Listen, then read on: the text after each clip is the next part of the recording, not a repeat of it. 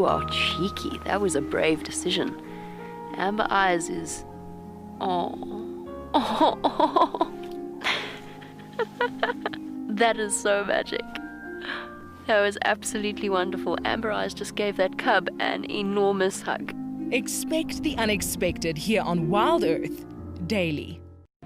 An ever-increasing part of the global population is losing its connection with nature. Wild Earth is here to reduce people's stress and anxiety, allowing you to escape into nature even just for a few hours a day. However, Wild Earth is expensive to run, and we need help from you to keep this ship going. Wild Earth Explorers gives you the opportunity to be part of a program that supports the sharing of nature with the world. This is Rusty. He's my favorite vehicle, and we've been through all the good times here in the bush. Now, if you feel a connection to Djuma Game Reserve like I do, then we have a fantastic opportunity for you. You can have your name engraved on a brushed metal plaque just like this one, and we will attach it to Rusty so you can always be with us on safari in spirit. We will even send you a digital photograph once your plaque is mounted on Rusty. Spaces are limited, so grab your spot now. Why is the Mara special? It's one of the only few places that you can find the annual wildebeest migration.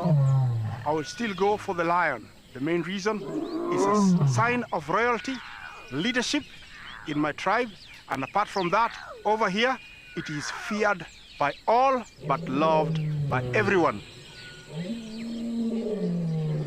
Catch up with the guides daily here on Wild Earth.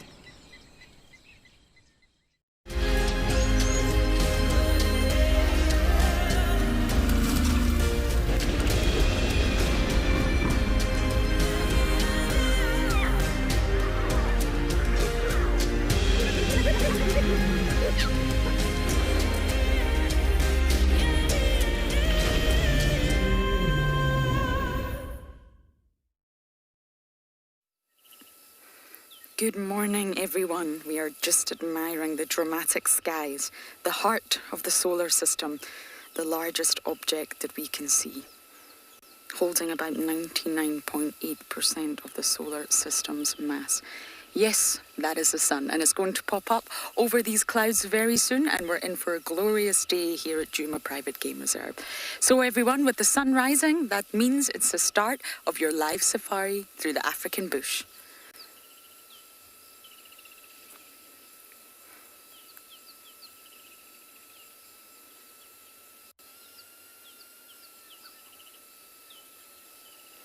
Isn't that beautiful? I think we have some elephants off in the distance as well.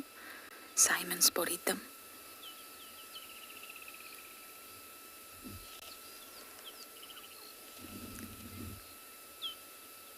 Yes, would you look at that, just in the distance, those big grey bodies.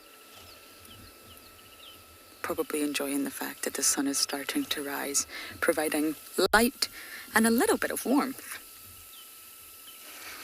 My name is Lauren. I do have Simon on camera today, and I think we're just going to admire this scene a little bit longer before we bumble and assist everyone in looking for tracks. There's female tracks, male tracks being seen for leopards, and I am guessing it's Hukumuni and Shadulu. So everyone's working that area, and I, of course, will assist. It's a very, very pleasant morning, 23 degrees Celsius and 74 degrees Fahrenheit. Now, I imagine it's only going to get warmer and warmer as the day goes on. Isn't that glorious? Now, as I already mentioned, this is your live safari. We do this for you. So what you have to do for us is to talk to us. Send in your comments, questions, whatever you wish. When we're driving, send in some discussion topics. We are more than happy to hear them. And how do you do that? Well, you use the hashtag WildEarth on Twitter. You can use @FC Final Control on the YouTube chat stream. Or you can head over to wildearth.tv/explorers. And if you are a child, please do talk to us. You guys are the future. You send in your questions via email, because we prioritize them. And the email address is kidsquestions@wildearth.tv. We very much look forward to hearing from you. I'm just trying to figure out exactly where these elephants are. Maybe we can drive around and see them.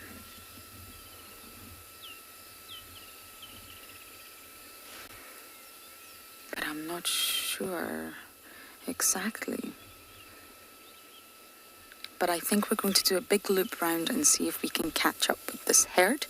So from one large animal, we're going to send you across to Grant with his giraffe to say good morning.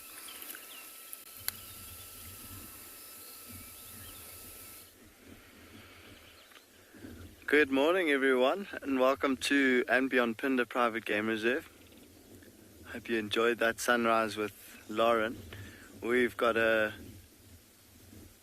big sky here with some giraffe lying down and just a few rays of sun poking through the clouds there, and the giraffe still resting and ruminating.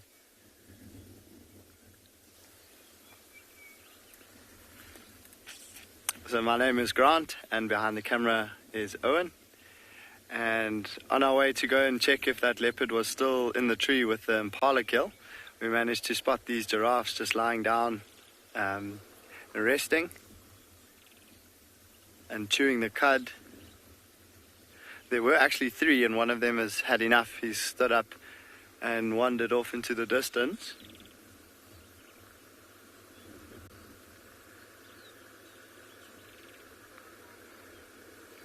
But these other two are still just resting, ruminating, and I think enjoying the spot that they found in the long grass over there.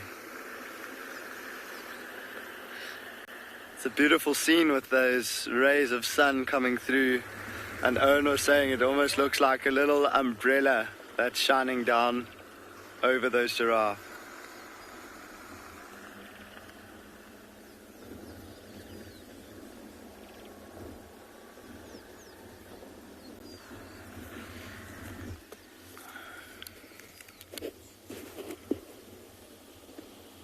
The oxpecker's starting to...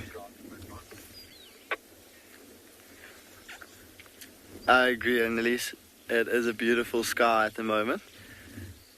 Agreed, Matt?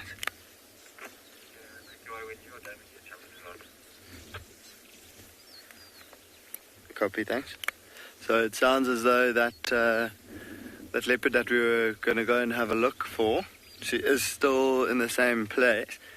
And with that impala kill, I'm not too sure how much is left, but that'll be our plan from here. We're just enjoying the scene at the moment.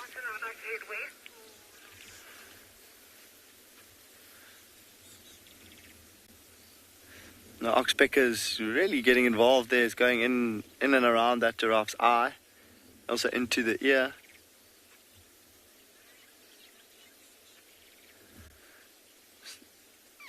So I think while these giraffe rest, we are going to carry on in the direction of that female leopard, and I'm going to send you across to JP, who's at a dam or at a watering hole.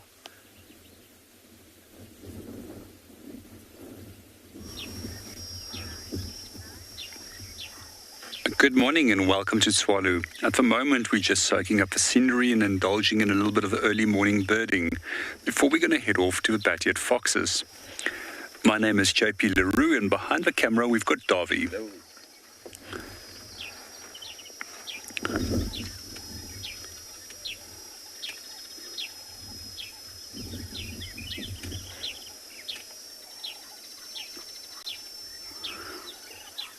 At the moment, we've got a red-knob coot that has come to visit on the pan, which is a bird that we don't often see in the Kalahari. However, in the wetter eastern half of South Africa, they can be quite numerous, sometimes forming groups of up to 1,000 birds on the open water bodies.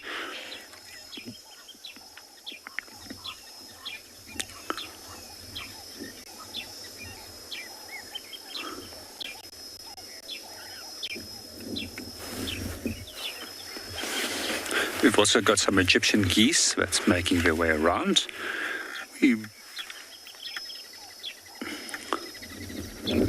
The These birds often form pairs and they will mate for a prolonged period of time or for life, that they will stick together. Generally, we find that monogamy is quite a common practice amongst birds. However, 1% of all of the birds, 9% of all bird species in the world will actually be practicing different strategies where the male will have a number of different females. What we also find is that 1% of all the world's bird species will practice another strategy where a single female will have a number of different males which she will mate with. Quite often these females will then dump the eggs with the male, and the males will be responsible, in that case, for raising the young.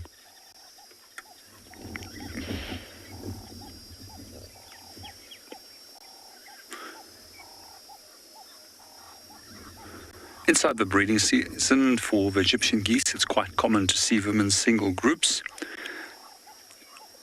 However, when they stop breeding and they're actually molting, they can form flocks of up to a few thousand birds. We're going to link you over now to Andrew, who is currently viewing some impala.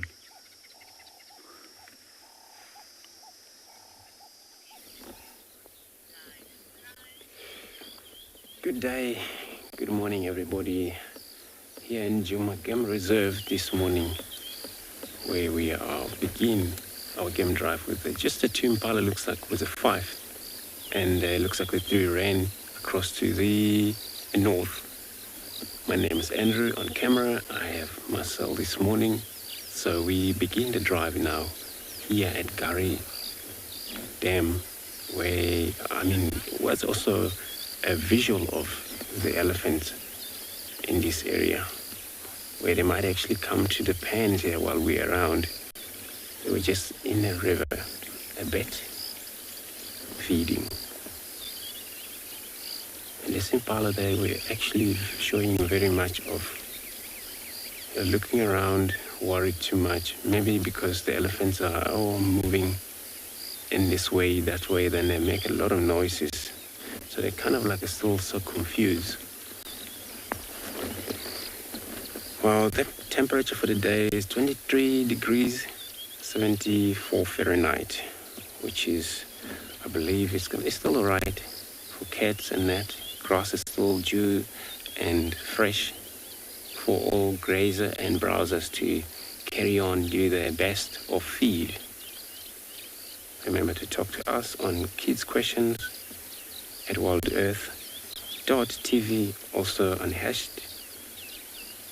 tag wildearth at SFC, it's a YouTube channel, also on wildearth.tv/an explorer. Oh, now we got our elephants coming to the beautiful open area here. Look at this. What an amazing sighting to begin with. And we actually heard making a lot of noises in this area. When I begin to drive, I check around Gari Dam. They thought they might come out that side, but then no. Well, they came to Galago Pen right now.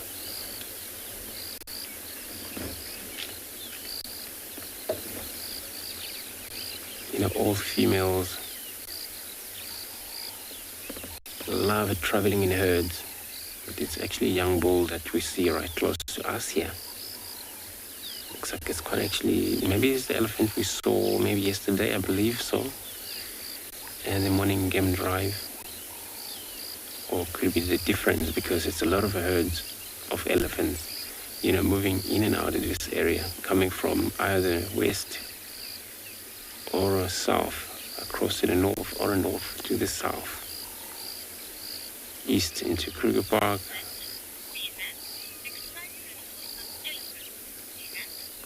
See next, yes, indeed. It's very much. I would also, I was so surprised when I get here, and then all of a sudden, when we looking at the impalas and they all show up, all you hear is just a movement, through grasses. Remember, they don't actually make a lot of, footsteps that you can hear, because they then, you know, underneath of these animals' legs, it's very, very a thick muscle which provide a harder sponge. So when they move silent. So you're hardly to hear them. It is an excitement, really.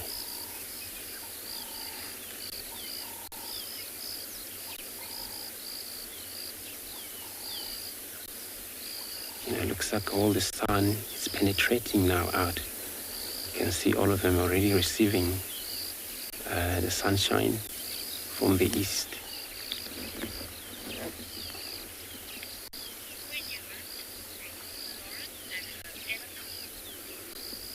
So, well, I'm going to spend time checking around here, but I'm going to be sending you over Lauren with her elephant.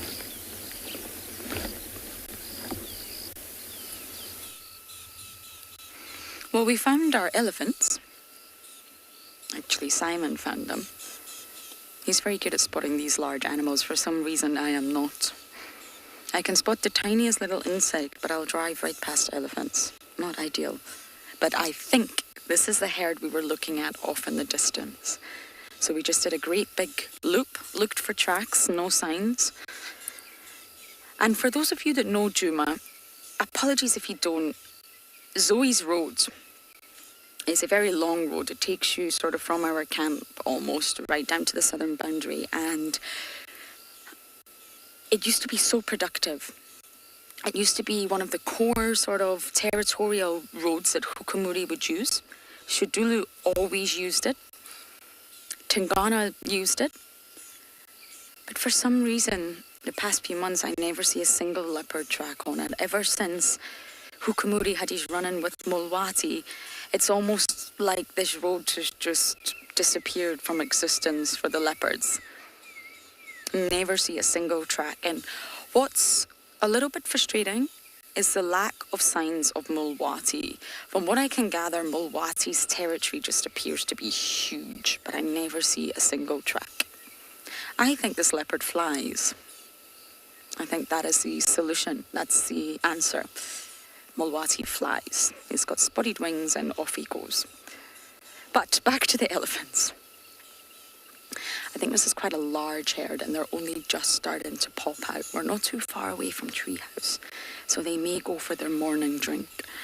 Although it's not too hot, we're probably not going to go swimming. Elephants require a lot of water, and this is for digestion. Spas, good to hear from you. Not just from the tail, but you do have to pay attention to... This is really not great views, is it? Sorry, Simon. Let's go forward. We're looking at bum shots. You look at a number of things when it comes to an elephant's mood, and tail is part of that. But I wouldn't recommend just solely looking at the tail. I'm going to try and get this gap here. Does that work? So you'll look at their body posture. That's sort of number one.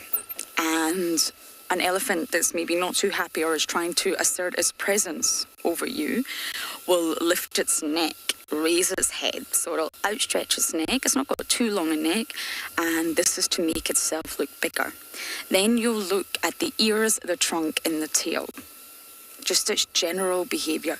When an elephant's not too happy, the tail will stop swooshing as a fly swatter and it'll go erect. The tail will stay completely straight.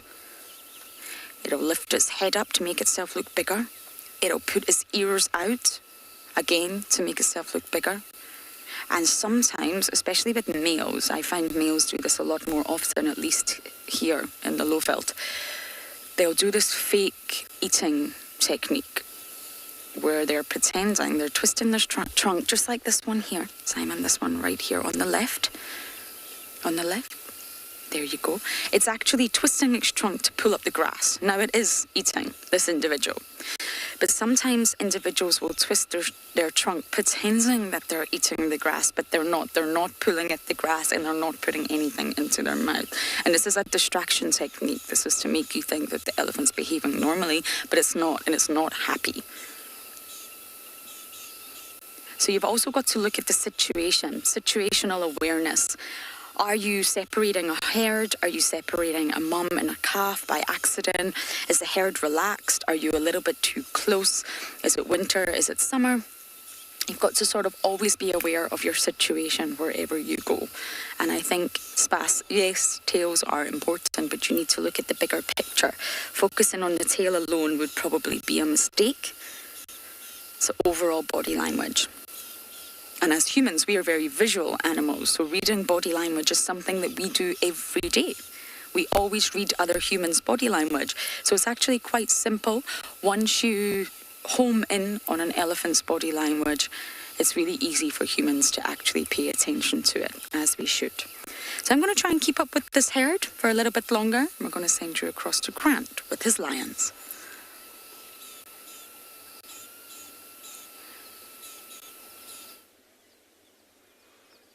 So we're just going to lose a white rhino there that you might be able to make out behind those bushes there. It's turning a little bit more to the left. We've come to the spot where that leopard was last night, and she is still here, but while we were sitting and waiting, we spotted these white rhinos. There were actually 3 of them, but 2 of them have already gone behind the bush, and there's just that one left that's just busy grazing in a little open patch there.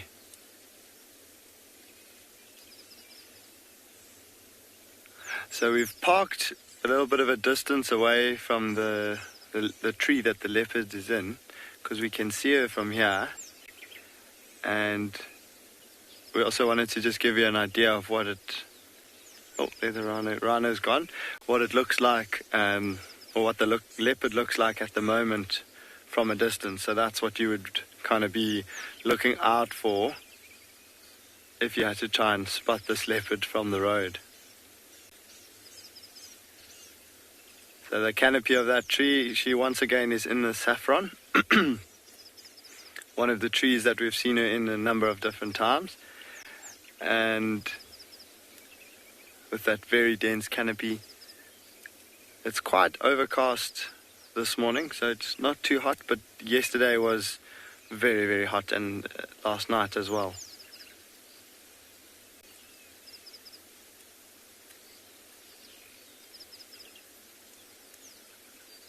And you'll see how her spots in the black and the white, and even that little bit of golden color, blends her into the canopy of that tree.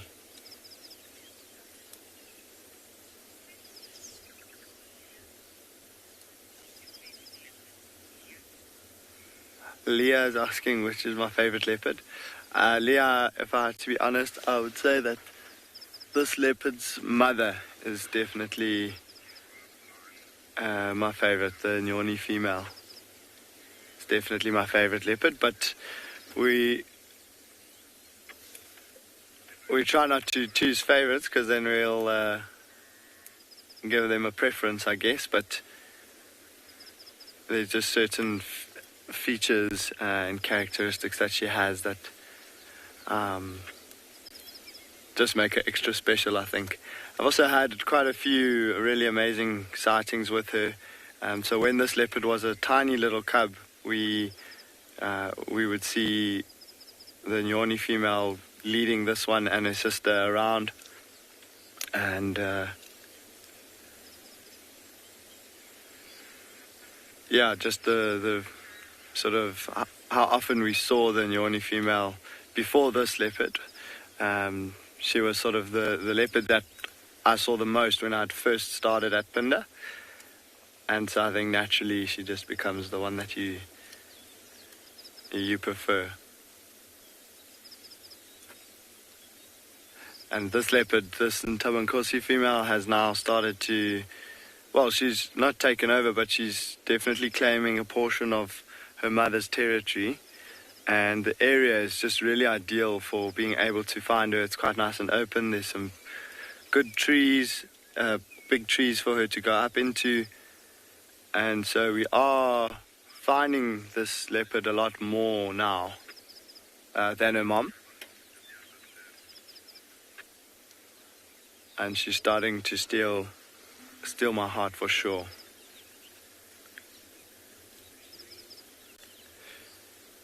So our leopard here is having a proper snooze. What we're going to do is we're going to see if we can try and get another view of her from a different angle, maybe a little bit closer. And we'll send you across to ROAN, who's got sleepy lions.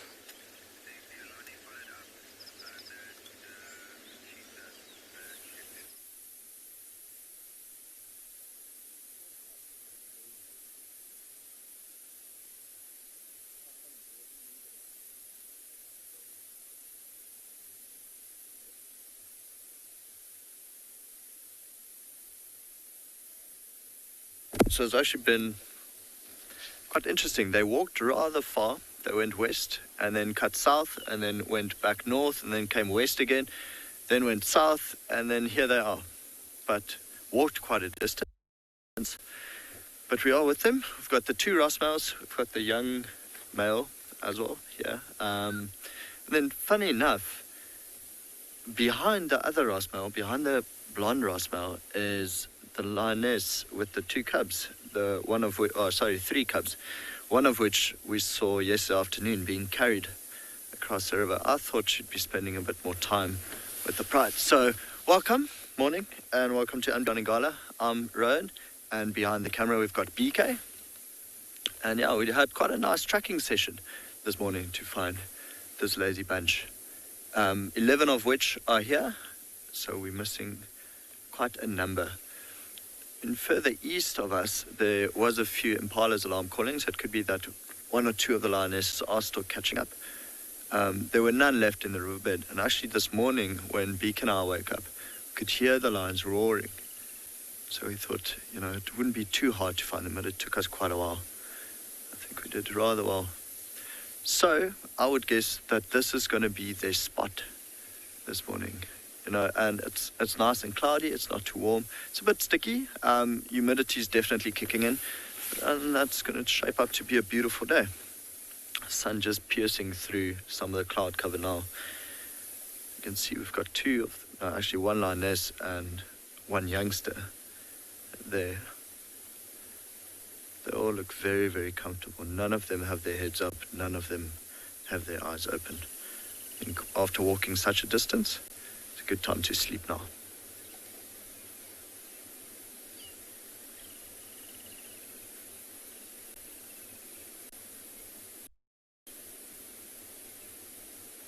So yesterday afternoon when we saw the cub, it actually worked out rather well. So 3 were seen being carried across the river. There is a possibility that we missed 1, but for now we can tell you with great ease that there are definitely 3 lion cubs in that area, which is quite nice. So the pride has now grown to 21 members in total. Of course, the 2 fathers, the 2 Ross males. In front is the grumpy one, the very grumpy one, and then at the back is the less grumpy one.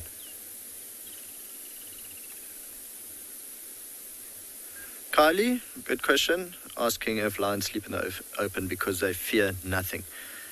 Kylie, exactly. These are apex predators. They really don't fear anything at all. The only thing that could possibly chase them now is either a large herd of buffalo or elephants.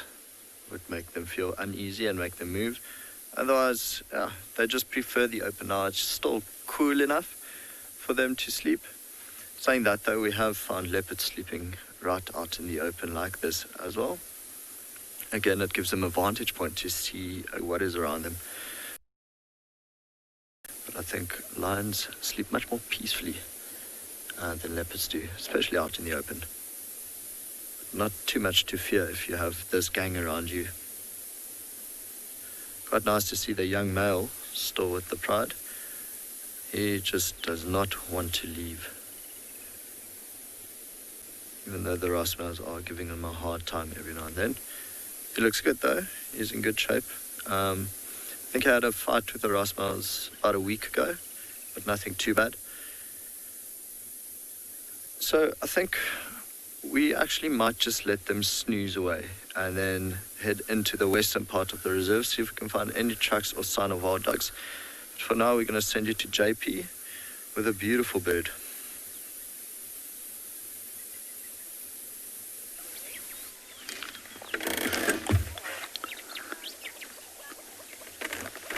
Good morning and welcome back. We just had a view of a crimson-breasted shrike over there. We're going to try and get back on team. Oh, there we go. He's being sort of cooperative for a while, and now he tends to not play along with us. So this is one of the close relatives to the southern bobo, which is a bobo that we quite commonly find in the eastern half of South Africa. So he's basically the arid equivalent. He's got these beautiful crimson-red underparts, which you will notice, and then the black upper parts and a white streak through the side of the wing. What I do find quite interesting is that these birds do form pairs, and quite often you'll hear them performing duets in the morning where the male and the female will sing together. And this basically aids in building a pair bond or strengthening the pair bond between these two individuals.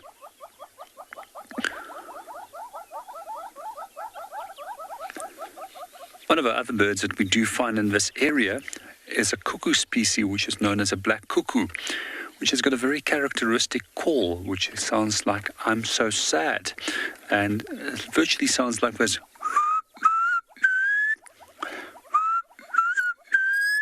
And he specifically comes and looks for bobos as well as crimson-breasted shrikes, as he would like to parasitize their nests.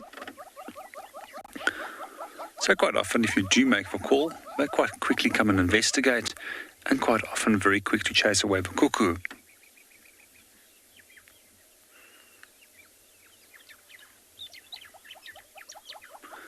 Just going to see if we can get him onto the screen again. There we go.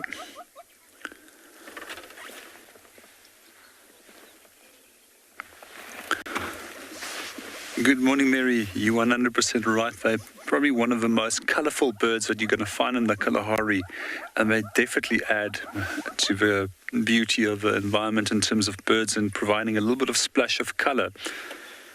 I think if it has to come to another colourful bird that we have in this area, which we hope to find a little bit later for you, is violet-eared waxbills. In general, we find that most birds in the Kalahari is quite dull. We also find that their plumage colorations quite often are adapted to the specific soil type.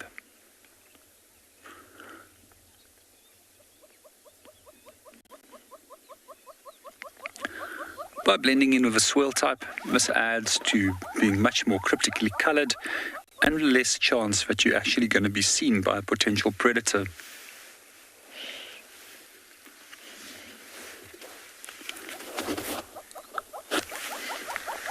Oh, we just found some southern yellow-billed hornbills that are busy displaying as well. These are also one of my favourite birds to quite often watch, and they've also got a number of interesting strategies and relationships with other birds and animal species, especially in the eastern half of South Africa and more so in East Africa. These yellow-billed hornbills will often associate with small little dwarf mongoose. And quite often they will wake them up in the morning, force them out to go and feed. And at the same time, when they go feeding with the mongoose will disturb a number of prey items, which these yellow-billed hornbills then will sweep up. In return, they also act as security guards for them by warning them of any potential threats.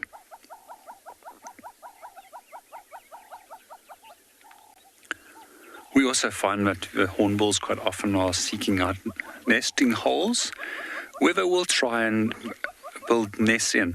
What often will happen is when they find these areas, they will seal the female inside the nest, and once that the female has laid her eggs inside there, the female will break out after a few weeks, and then the chicks will reseal this nest, and then both male and female will contribute to feeding these the young.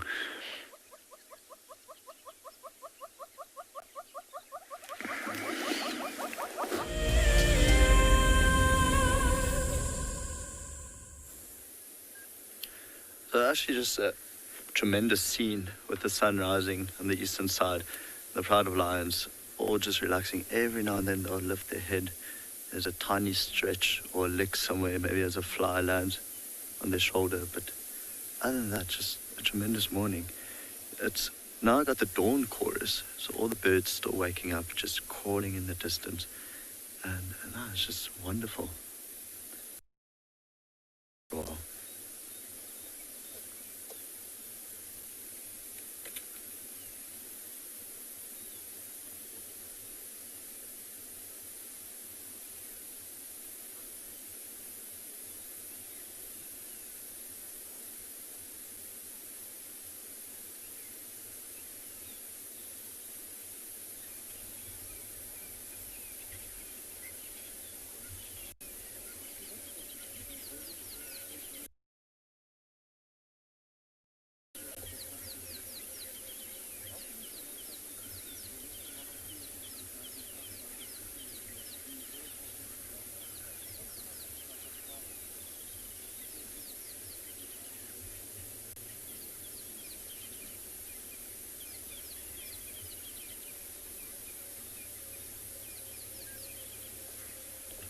So, just sitting here, I can clearly hear emerald spotted wood dove, crested francolin, and then of course the woodland's kingfisher, clear sign of summer, but all these birds just make you miss the bush so much.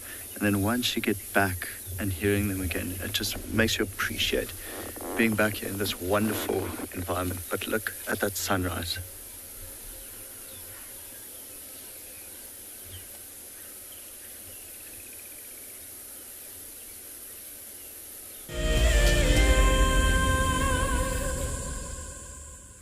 More happy elephants. This is a different herd. They found a muddy puddle and they're muddy. If you look at all those wrinkles, elephants actually exhibit a myriad of channels that look like cracks. It looks like the elephant lives in the African heat and the skin is cracked. But that's not actually the case. There are true physical cracks of the keratinized epidermis. And what I mean by that is due to an imbalance between the formations of the skin and the shedding of the skin. It's a myriad of physical cracks that they will have. What are you doing? That they will have from birth. It's not a case of these cracks developing randomly due to the heat and the dryness out here. In African climates, no. There's a specific network of channels of these cracks, and they've cracked due to the fact that the skin is not shedding and the rate of skin development at its base is rapid. Oh, is this male trying to... Is he going to mate with her? Or is he just a little excited?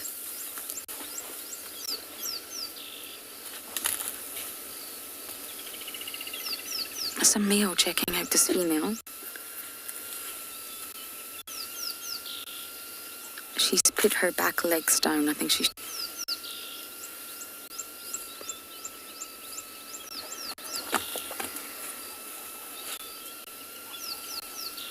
I think he's just a little bit excited. I don't think he has the intention here. But bulls can mate with a female in the herd like this. But this is a younger bull, so I think he's maybe just smelling something that he likes. Shall we say?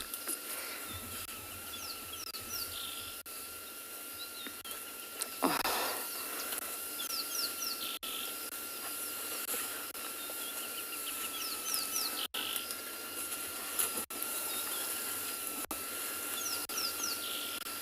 I think we need to keep an eye on this pair. I'm pretty sure it's a female. I'm sure I saw mammary glands. Now they're having a little tussle.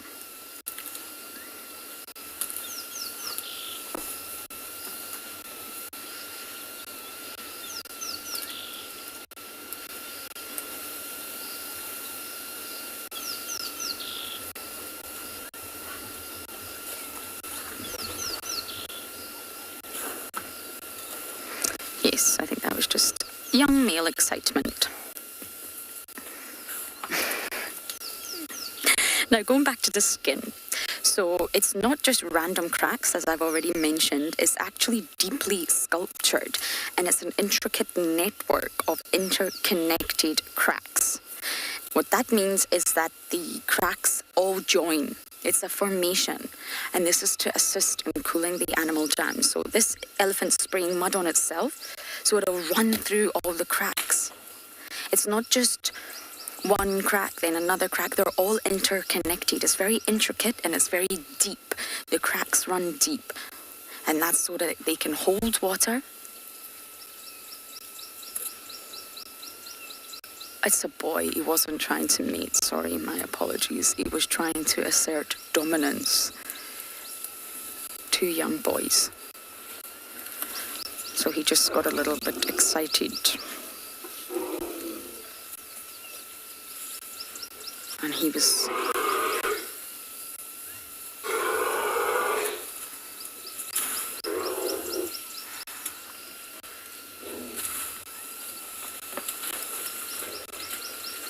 Somebody's unhappy.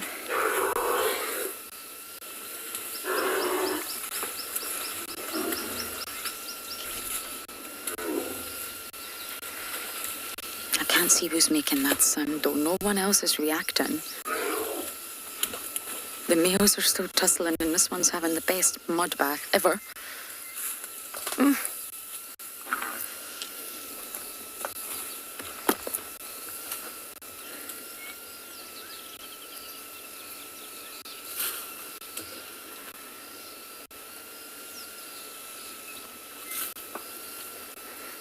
I thought it was a young female there, but no, I was wrong. It's a young male.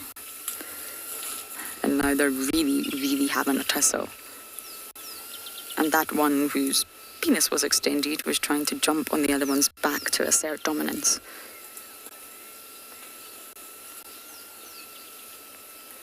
Not necessarily dominance, but I'm bigger than you, I'm stronger than you, that sort of behavior between young males. And this is why they get ousted from a herd. You see, can you hear? I don't know if you can hear their tusks clanging against one another. Become very boisterous. And this risks danger to the young calves. This is when the females will start to say, you're too big and boisterous. I love you, son, but you're a danger now. It's time to go off on your own. It's time to be nomadic, or it's time to find some other boys and form a little bachelor herd. And that's exactly why they're too boisterous. All that testosterone.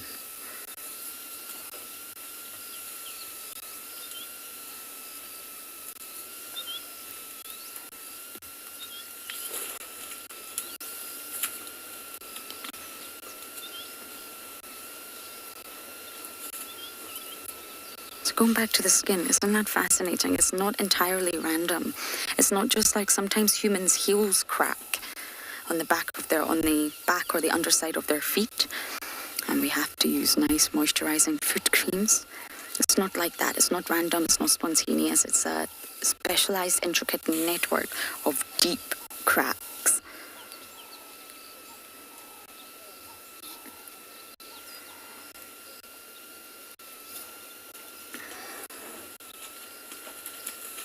You'll have to repeat that question from Connie one more time. Gwen?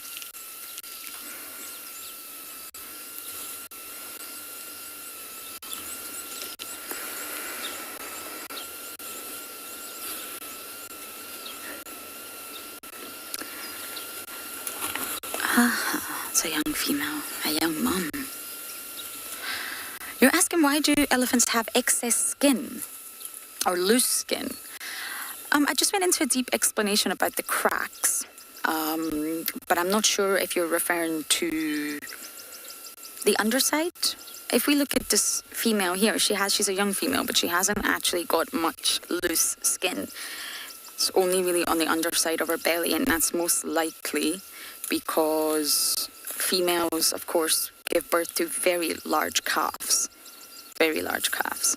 So normally once a female gets a little bit older, their belly will start to sag. And just as any mammal, But there's not really loose skin, it's more to do with the cracks. The bum here, we just look at this elephant's bum, Simon. To the right, the one that's just got his back to you, that one there. Yes, it's a little bit loose there, and that's again for genitalia reasons. They don't have too much loose skin as a youngster. Once they get older, you can tell that they're older because there will be a lot more loose skin. But again, that's quite similar to humans. They're great big animals, and the females are more affected by this due to giving birth. But the more skin that they have, the more surface area they have, and the larger the surface area, they can utilize that skin to cool down. That's also why their skin is like that. It's all about losing heat. But that wrinkly appearance, the wrinkles are so integral, make it look like they have a lot of loose skin. It's very different skin from humans, structured in a different way, and specially adapted in a different way to help them cool down. They're exposed to the heat constantly.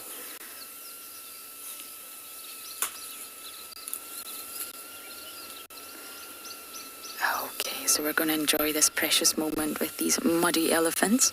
We're going to send you across to Grant with his leopard.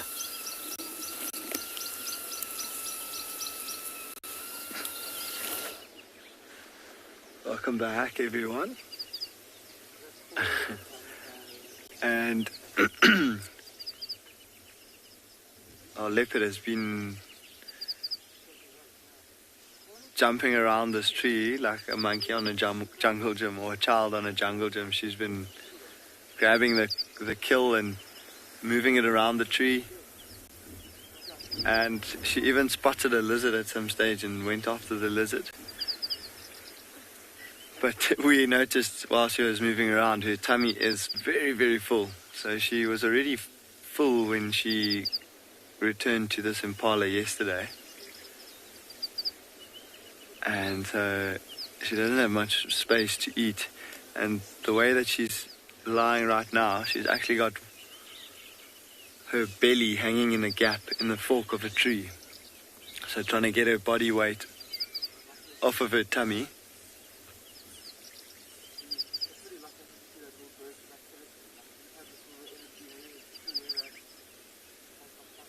And it seems as though she's now taken a time out from her game.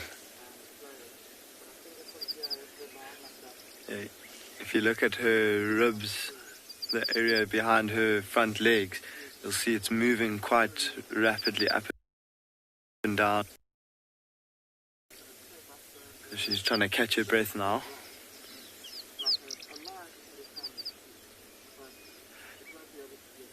She just finished grooming herself as well. So behavior for leopard to, after it's been busy with either feeding or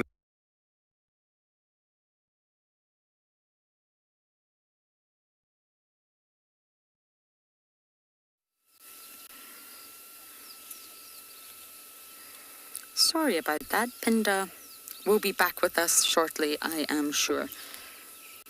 We're still just sitting admiring these elephants. We haven't paid one single bit of attention to us. They know we're here.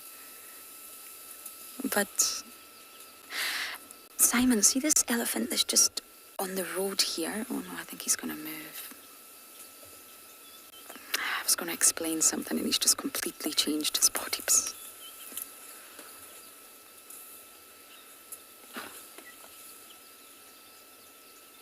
He just completely changed his body position, sorry. I'll try and see if another elephant does it.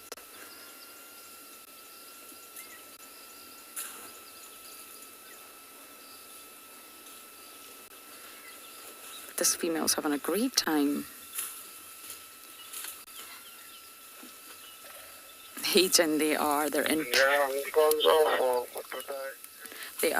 paradise. They are having the best time. Now, if you look at this herd, I can see a lot of individuals. Now, if you're the matriarch, and I can't quite pinpoint her from here, this is a lot of individuals to control. You've got youngsters that are very, very needy and constantly after their mom and in need of protection. You've got boisterous boys. You just saw those two males. You just saw how much they were clashing and banging and pushing and shoving, not paying any attention to where the youngsters might be. You've got females that could be pregnant. Oh, quickly over to Swallow.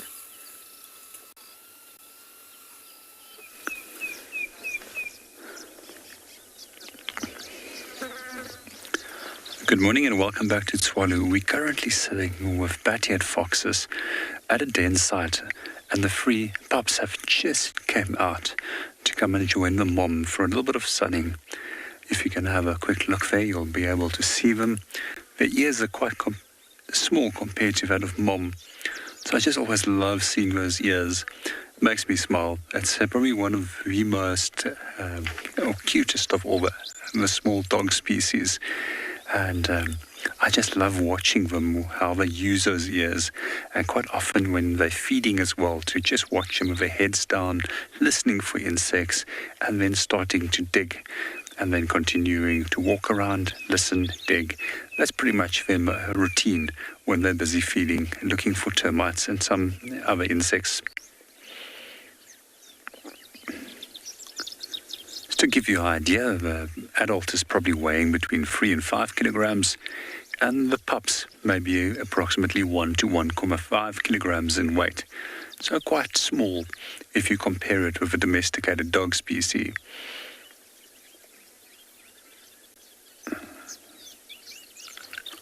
Oops.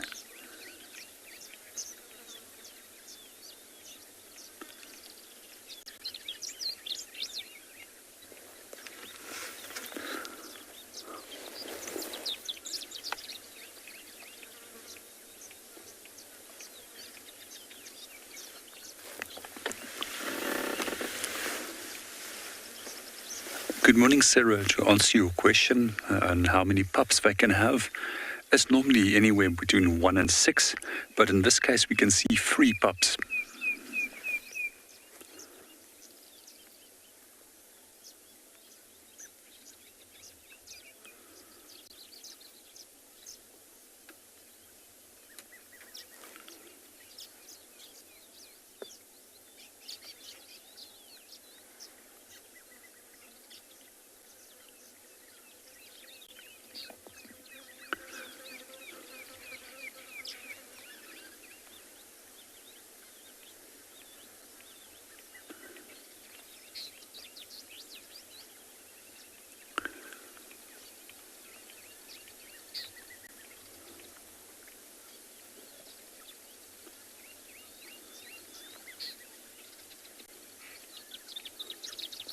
There they come back again.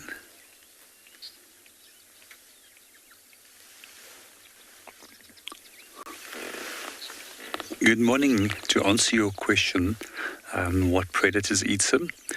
Unfortunately, a wide range of other predators will kill them. Even unfortunately, African wild dog I have seen killing them.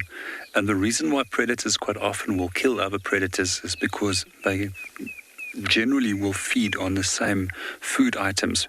However, in the case of a bat-eared fox, they don't, as they are insectivores. And you'll notice, especially with the larger carnivores, they'll often kill one another's young as well. And just to ensure that all that food resources in that area goes straight to only them.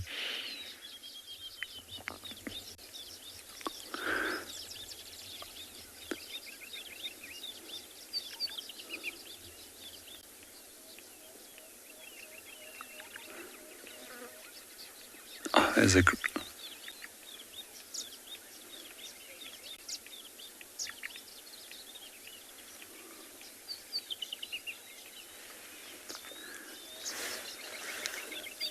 mother's just been joined by another individual.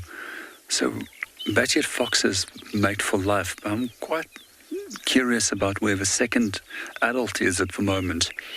A few days ago we did see one that was here, and then the third individual or adult came in and then was chased off. It's possible that the other mate might still be feeding.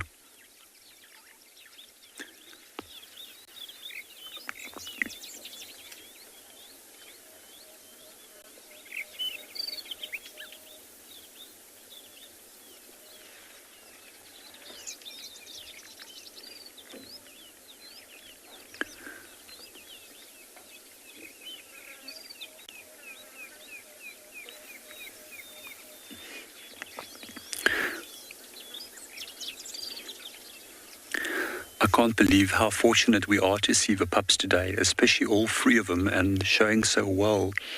We're going to stick with them for another while, but in the meanwhile, we're going to link you out to Lauren, who's currently viewing elephants.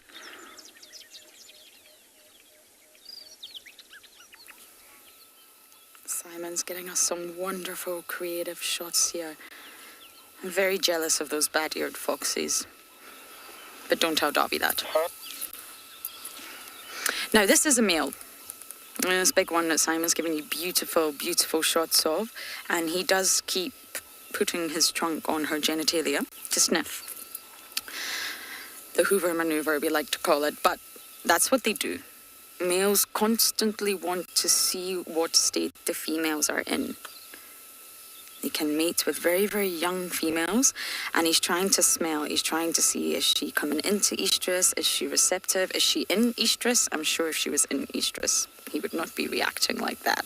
But that's what they do to the younger females. They just constantly put their trunk on her genitalia and sniff. And it's not very pleasant, but how else would he understand what's going on with the ladies around him? So we've got a big bull right there. Much bigger than the others, you see that? Not a gentleman, not an older bull, but a big bull. And as I was saying earlier, look at this madness. This is a lot of bodies of extremely large size, and that's why you have a matriarch. Just like hyenas, to maintain order, to ensure their social structure. Imagine there was no social structure for elephants, and they all just wandered the landscape doing whatever they please, causing chaos in their wake. The bulls, the hormonal females, the youngsters, the calves were maybe not mothered so intensely, so they're just, well, doing whatever they please. That would not work. It would not work out here. It would be dangerous. So the matriarch's role in both hyenas and elephants is to maintain social order. And it can be easy. This is a large herd, and this is a good example of why they actually do split into kinship groups, because you've got some that are complaining they want to feed. You've got some bulls that are just fighting constantly. You've got some youngsters that are demanding so much. How do you please everyone as a matriarch? You've got to balance. Somehow, you're going to have to balance the needs of everyone. And that's going to result in some being unhappy. Some are probably going to moan. It's not the way they wanted it. They want to go to this waterhole. Why are we not going to this waterhole? So really, the role of the matriarch, that's why she's the oldest, because she's the most experienced. Not only does she understand her land, her environment, the dangers, she also understands how to lead a herd. She also understands how to balance the dynamic. And it profits the herd greatly to follow her. She will lead them to safety and to food and water. But if a herd gets any larger than this, I imagine they would split. This is absolute chaos. So I'm going to check the western boundary today, but you guys are going to go across to Grant and his leopard.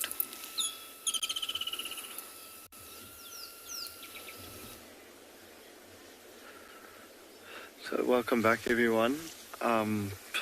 Must apologize, we keep losing signal, so we are trying our best, but I think this will be our last attempt. And we've been circling this tree, and it's almost like a game of cat and mouse. Every time we move one way, then the leopard turns and faces the other way. So I think she's a bit shy this morning.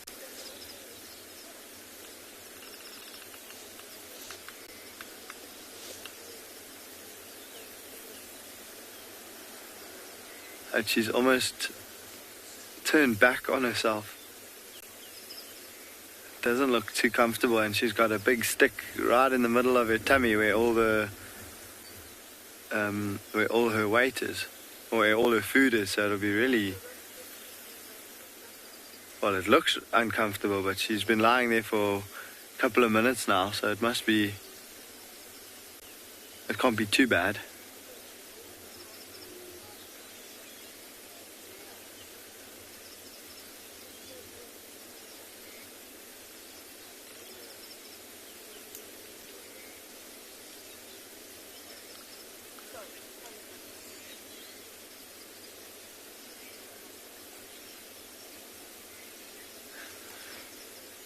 Sinak, with regards to a leopard in a tree feeding, she feels very comfortable and safe up in a tree.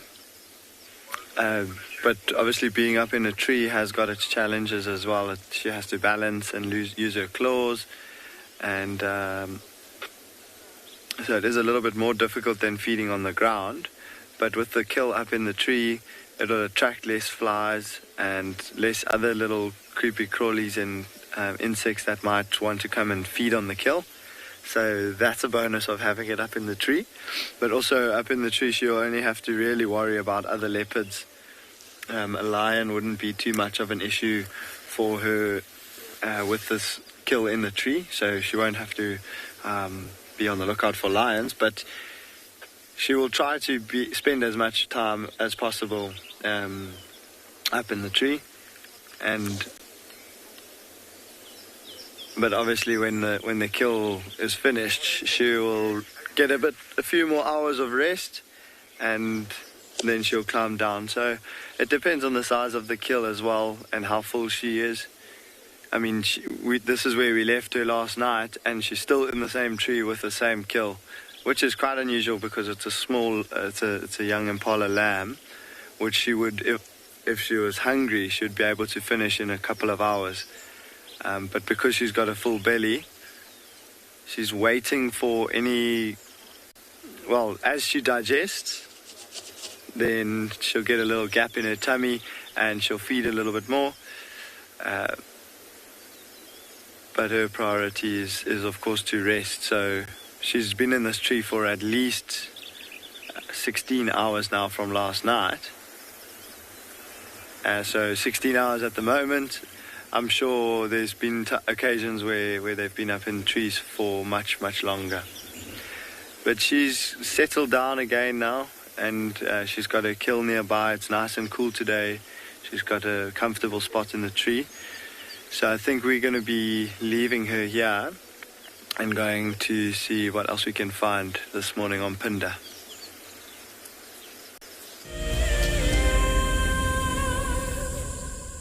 Have you been watching Wild Earth and dreamt of being right there on safari with one of the guides? Well, now you can. Wild Earth is offering you a chance to buy a ticket to dream.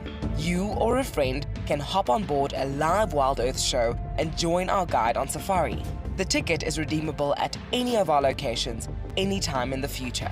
Only a limited number of tickets are available, so don't wait. Get your ticket now and start dreaming. Terms and conditions apply.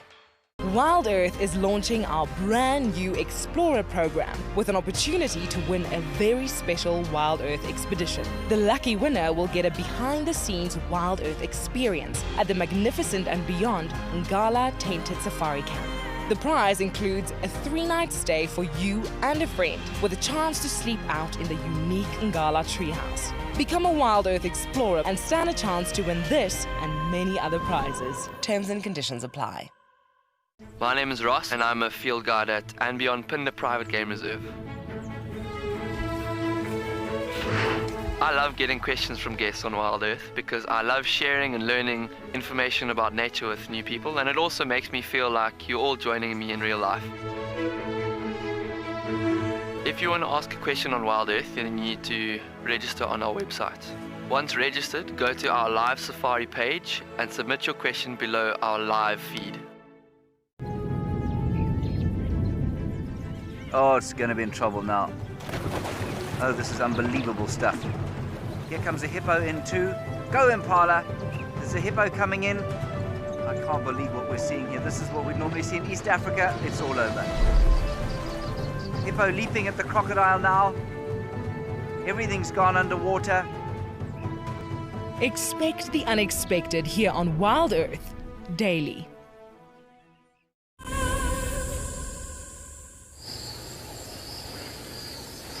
Always good to start the morning by appreciating some of the little things that we can find out when we're on safari.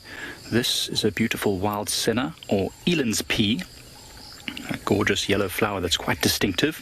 You'll see it popping up all over parts of the low veld at this time of year. And we're actually on our way to try and find a lion when we decided to stop here. Hi everyone, my name is Mike Anderson, behind the camera is Seb, and you're joining us at Eco Training's Pridelands Conservancy. And as I said, we're on our way to get to where that young male lion was yesterday, but on our way we saw this flower and it caught my eye, and I thought, oh, it's the kind of thing that would catch anyone's eye. So I thought I'd discuss it a little bit with you. So this is a naturalized plant that can be found all over the low veld parts of South Africa, and you can see its yellow rounded flowers. It's part of the pea family, and you can tell it's part of the pea family because it's got these beautiful pods, which you can see down here, which are not quite ripe just yet, but those little pods are showing that it's part of the pea family. I don't see too many animals feeding on this, but certainly a lot of small insects like ants are often getting involved on it, looking for the sugary sap, as well as a lot of grasshoppers and other things that I see sitting in them regularly. Now, this plant can also be used by humans now in the Sahel regions of Africa, which are the borderline regions between the Sahara, the dry Sahara desert, and the more wetter Central African areas. This plant and the pods and the seeds are actually eaten as a snack, which is interesting because in other parts of Africa, it's used as a purgative, which basically means that when you eat it, it causes you to clear your system, if you know what I mean. So it's interesting that it's used for that. Now, another more widespread use of this plant, or should I say not really widespread, but more commercially used use of this plant, is that the leaves, or an extract from the leaves, can be used as a hair dye that adds a sort of yellowing effect to the hair. So it's not so dissimilar from another plant that you might have heard of called henna, which gives a reddish dye that are often used to make tattoos on hands in Hindu cultures. So this plant will actually impart a yellowish color, which is pretty amazing. I'm not going to try it, unfortunately. I think I'll leave that to someone more experienced than me. I'm not sure how they take the extract from it, but it's always good just to notice these small things. Now, I've noticed this plant lots in the past, and only just recently found out what it was, so it's really cool. And as you can see... Oh. Wow, beautiful flower. Hi, Sassy Kathy. Long time since I last spoke to you. It is a beautiful flower. It's absolutely gorgeous, in fact, this little plant, and it's very widespread at the moment. And if you look around here, it's not the only beautiful plant we have. There's another plant which is actually one of my favorites, which is called a blue seed grass, which is this plant right over here. Sassy Kathy, if you look closely at this, you can see it's got tiny little yellow stamens coming out there of the seed pods. I don't know if you're able to see that there, Seb. Yeah. So that is a really, really pretty little grass that is also abundant, and it's one of my favorite grasses, or in fact it is my favorite.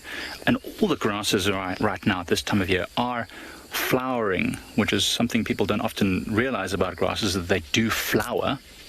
And so we've got right here where I'm sitting in the grass, there is the blue seedgrass flowering. Speargrass is flowering just over here, although you can't see the speargrass as easily, but the speargrass is flowering just in there. You can see nice purple fluffy little spears. I don't know if I'm making this easy for you, Seb, looking at different grasses. And then at the back, it's going to be very difficult for me to point out for you, Seb. There's one other grass which is also one of the most important grasses in this area. It's called guinea grass or buffalo grass. Now, I don't want to crush any of these plants around here, but just over there, Seb, you see there's a buffalo grass that's flowering abundantly, and in fact it's also all over here in these protected areas. The buffalo grass grows where there's trees and other things protecting it. And actually I was using the grass a moment ago. Where has it gone? Here, because buffalo grass is also really, really good to use for making bracelets. So I don't know if you can see this here. I started to plait 3 of the stems of the buffalo grass. Can you see that there, Seb? Yeah. So I started to plait. Let me come a bit closer, maybe it'll be easier. Can I try that? No, it's fine. Is that fine just over here? Yeah. So you can see I've started to make a plait, and it's very strong. And as long as you keep it supple whilst you're braiding it, it will take on the shape, and then when it dries, it's very resilient. So I'm going to try and see if I can make a bracelet, and I'll see how it goes. It's really easy though. Just do it like this. And you've got to make it sure it's really tight though. Oh, now where was I? Like this, down, over. It's not too difficult. I'm not an expert. There you go, it's pretty simple. So what we're going to be doing now is heading off towards that lion. So in the meantime, whilst we do that, we'll keep an eye out for any pretty plants that we might find. I'll keep braiding this once we find our lion, and hopefully have a lot of fun the rest of the morning. Okay, let me gather all my bits and bobs. You can make the right moves and tell us. Alright, so in the meantime, whilst I get myself all up and ready, we'll send you over to Lauren.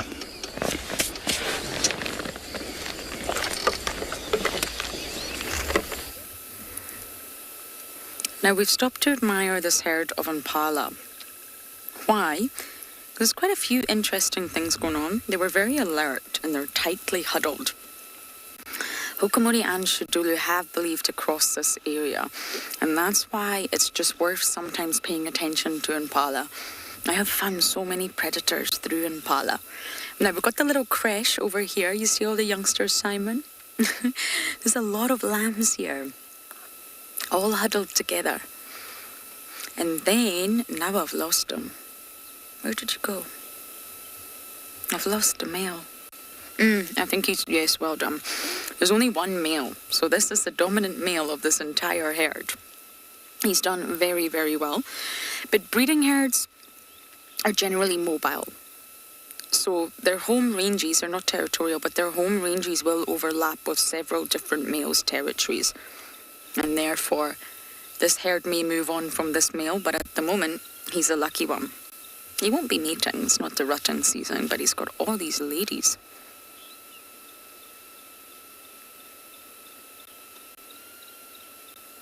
Look at him, lucky man. And he's in great condition, because normally during the rut, which is directly linked to gonadal function, the fat reserves of a male impala will decline rapidly. They really lose body condition, and not by just a little bit, by a lot. They lose all their fat reserves, and that's why during the rut we actually lose a lot of male impalas. They have one thing only on their mind. Sure, I don't need to tell you what that is. They prioritize that over feeding, and they also prioritize that over looking out for predators, and they just completely lose their fat reserves and their overall condition. Whereas females, they actually their fat reserves decline to a complete minimum, believe it or not, when there's milk production. Their energy requirements are at a maximum, and therefore their body condition and their fat reserves are at a minimum. Lactation in mammals is very energetically costly. It takes a lot out of females. So you can see the biology there just between males and females differ greatly.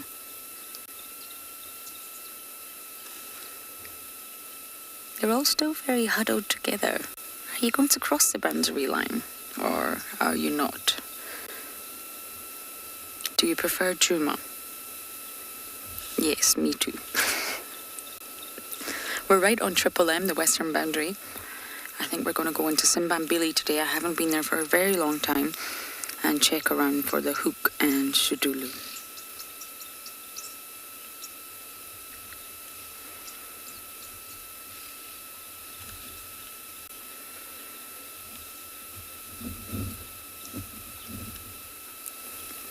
No matriarch, no social structure really. It differs between the seasons, of course, because the rutting season, the males change dramatically, behavior changes dramatically, and the males will fight for rights to the impala. But there's definitely no matriarch. They're gregarious, So they really enjoy spending a lot of time in one another's company, but there's no leader. It's not like elephants where you need to maintain sort of social structure. What the priority is for impala is to basically stay safe. They're a medium-sized antelope. They're much bigger than steenbok and duiker, and that's why instead of trying to live a solitary life and blend in, it's stick together. More eyes, more ears, more nostrils. Be perfect at spotting the predator that's coming. They've already got a sort of camouflage, and that's called counter shading. If you look at their body, you'll see there's a darker colour on their backs, and then as it goes down to the belly, it gets lighter and lighter. This is called counter shading, and basically it reverses the sort of natural 3D effect caused by the sun falling on an object, and lots of species have it, even in the water. So they're already camouflaged to an extent, but the more impala there are, there are more spotters. They have great senses, and they will spot a predator approaching. And when they do, they alarm, they snort, and then everyone snorts. So there's no need for a matriarch, and there's no need for a leader. It's all about feeding and staying safe. But they're very nervous right now. Look at this. I think I'm going to try and investigate what they're looking at, and we're going to send you guys off to another live location.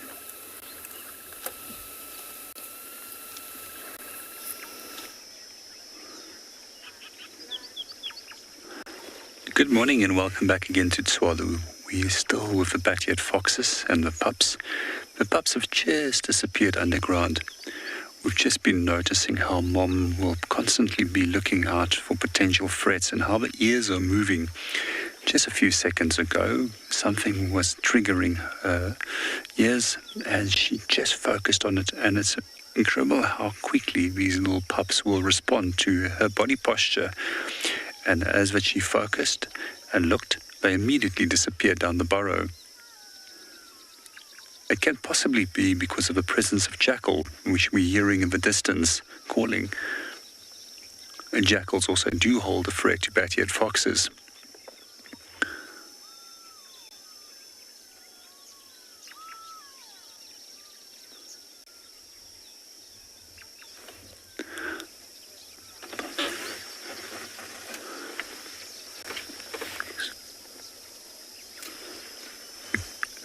Good morning, Dana. To answer your question, we know that we've been viewing the den now for almost a week and a half ago that they started looking at the den. So it's possibly that they're around about 2 to 3 weeks old already.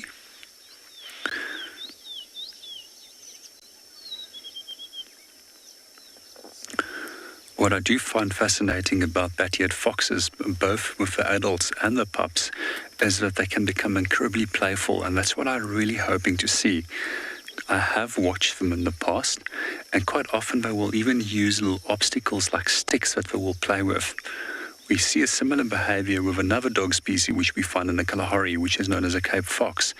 Quite often they'll even toss these little sticks and things that they find or bones into the air and then run after them and pick them up again. So, as mentioned in some of the previous episodes, generally we associated play with young animals so that they can learn the essential skills which they will need when they become adults. However, here we have an exception where the adults also indulge in playing. It seems that the female has just moved off into a shade there for the moment. So generally when we see animals in the early morning, they also try and regulate their body temperature by increasing their temperature after a long cold night by moving into the sun. Good morning, Peter. To answer your question, why are they called bat-eared foxes? It's because of those incredibly large ears which they have. As mentioned earlier in one of the episodes, those ears are used for detecting larvae and insects which is underground, which they will then dig out. But also just as effective as we can see with detecting potential predators or threats that might be around the area.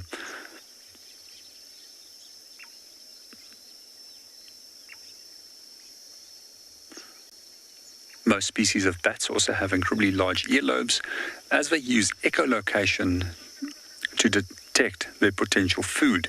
So, as mentioned yesterday when we were discussing certain beetle species, bats will then release a click. This click will bounce off the beetle or the insect, which is in mid-air, and then come back, making their incredibly large ears very effective with locating potential prey items.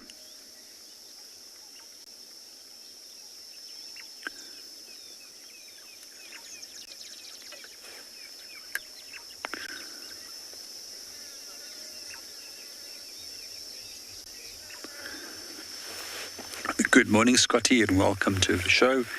How do they make dens? They can dig for themselves, but quite often what we do find in arid environments like this, where aardvark does come forth, is that a lot of species of animals will actually just utilize the already existing holes which the aardvark has created. And if we look at these burrows, they look like if they can potentially be old aardvark burrows. In general, we find that aardvark will burrow a hole, it will use it for one night, move on, and then never return to that hole. These holes are also used by other species such as jackals, hyenas, Cape foxes, and even the shelduck, which is a duck which will actually nest within these burrow systems.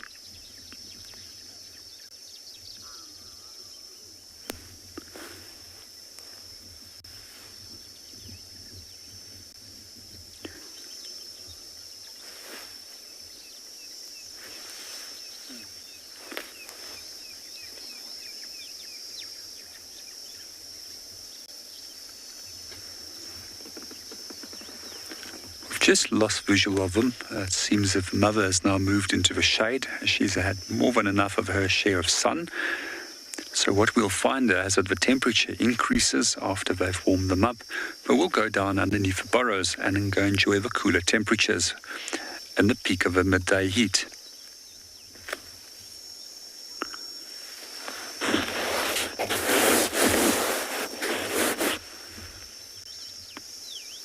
An interesting statistic about burrows and burrow systems is that their temperatures can be 14 degrees cooler in the summer, and while in winter those temperatures can be up to 14% degrees warmer.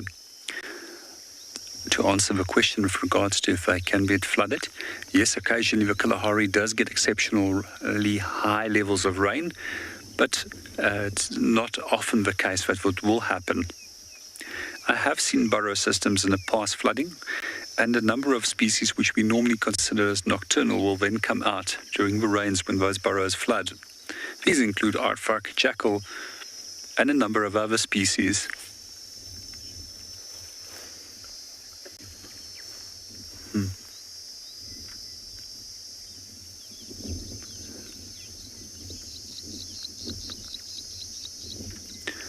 As all the animals have gone down underneath the burrow, we also started hearing a distant alarm call, but we would like to go and follow up in the meanwhile.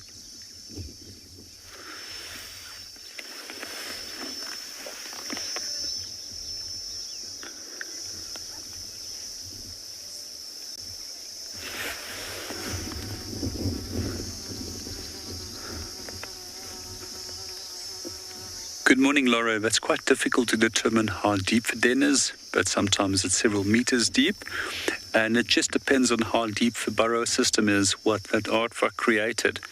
Sometimes it can be up to 2 meters or more.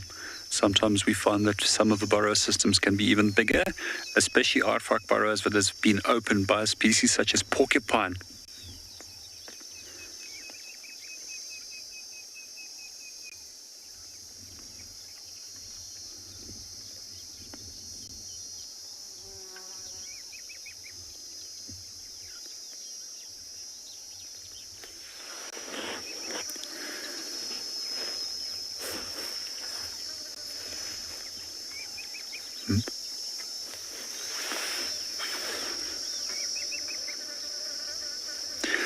In the meanwhile, we're going to go and follow up on that alarm call that we heard in the distance, and we're handing you over to Andrew, who has hopefully been able to relocate on his leopard.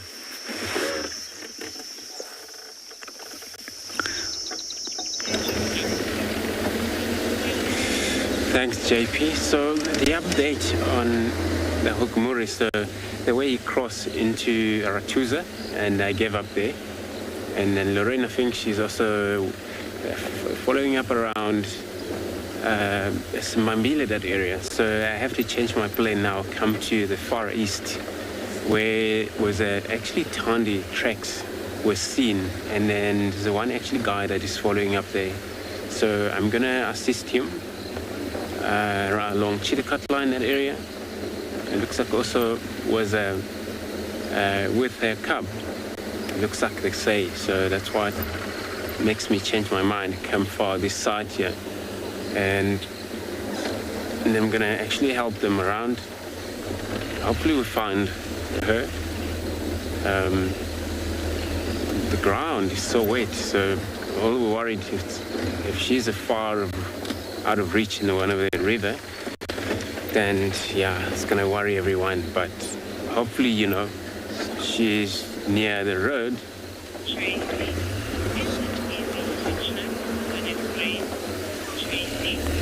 Tracy, so you want to know if it's easy to track when it rains? It is easy.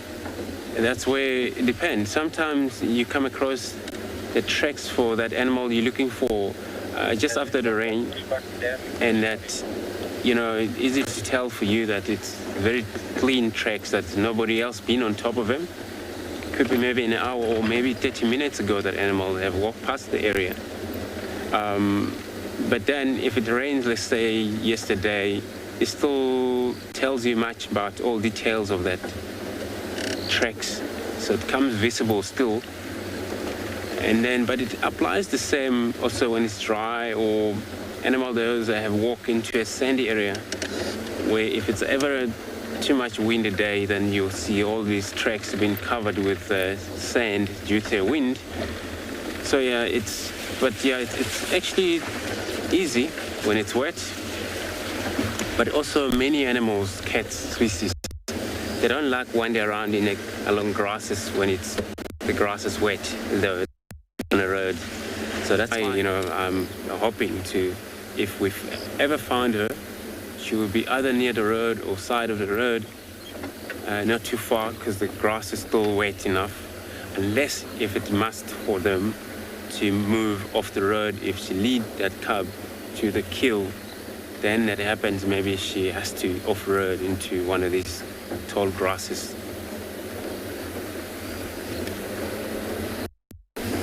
You know, it's good to have rain, because all the tracks that you keep seeing,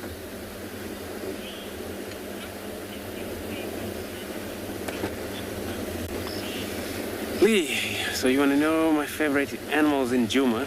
No, well, animals in general. I always put the impalas on the first class, and then if it comes to the cats, I understand leopard is one of them. So, you know, in general, the reason I like impalas because of, you know, impala, they're one of a cooperative feeder, and they're cooperative gathering as well. So they love most other company than one species of company the same as their own. So they would also accept such as a giraffe, there's, you know, a warthog. If you think of warthog, they're a bit close related, but they still love being with them. So yeah, that's my favorite impalas. So let's check it out to the east, see if we get it right there for everyone.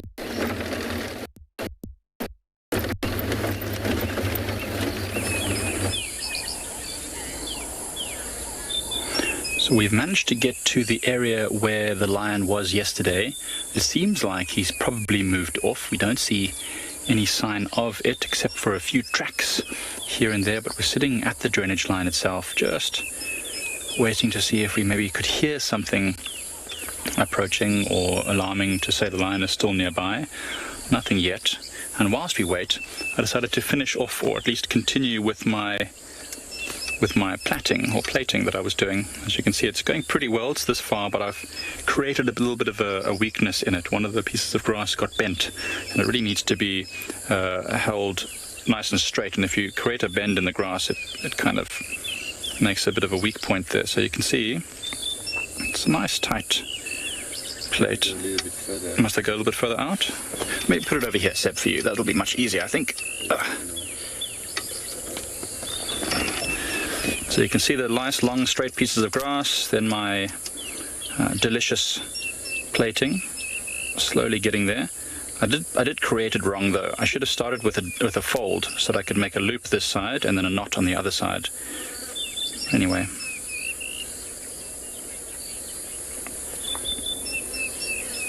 T-Man, you can make bracelets out of a lot of the plants here.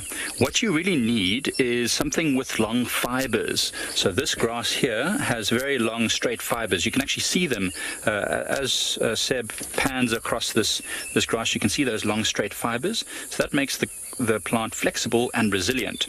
Now, other plants that you can use are things like magic guaris, which I'm sure you've seen before on the show. You can make it with cluster leaves as well as some of the bush willows, the younger branches. These will all work to make types of bracelets with varying amounts of success. Now, I've even used mother-in-law's tongue recently to collect the fibers, and the fibers are amazing in mother-in-law's tongue. If I find the plant, it's a Sansevieria. If I find it, T-Man, I'll show it to you. If you can scrape the jelly wax off of that plant, it looks a bit like an aloe leaf. And then underneath are these very fine, pale blonde fibers that looks just like hair.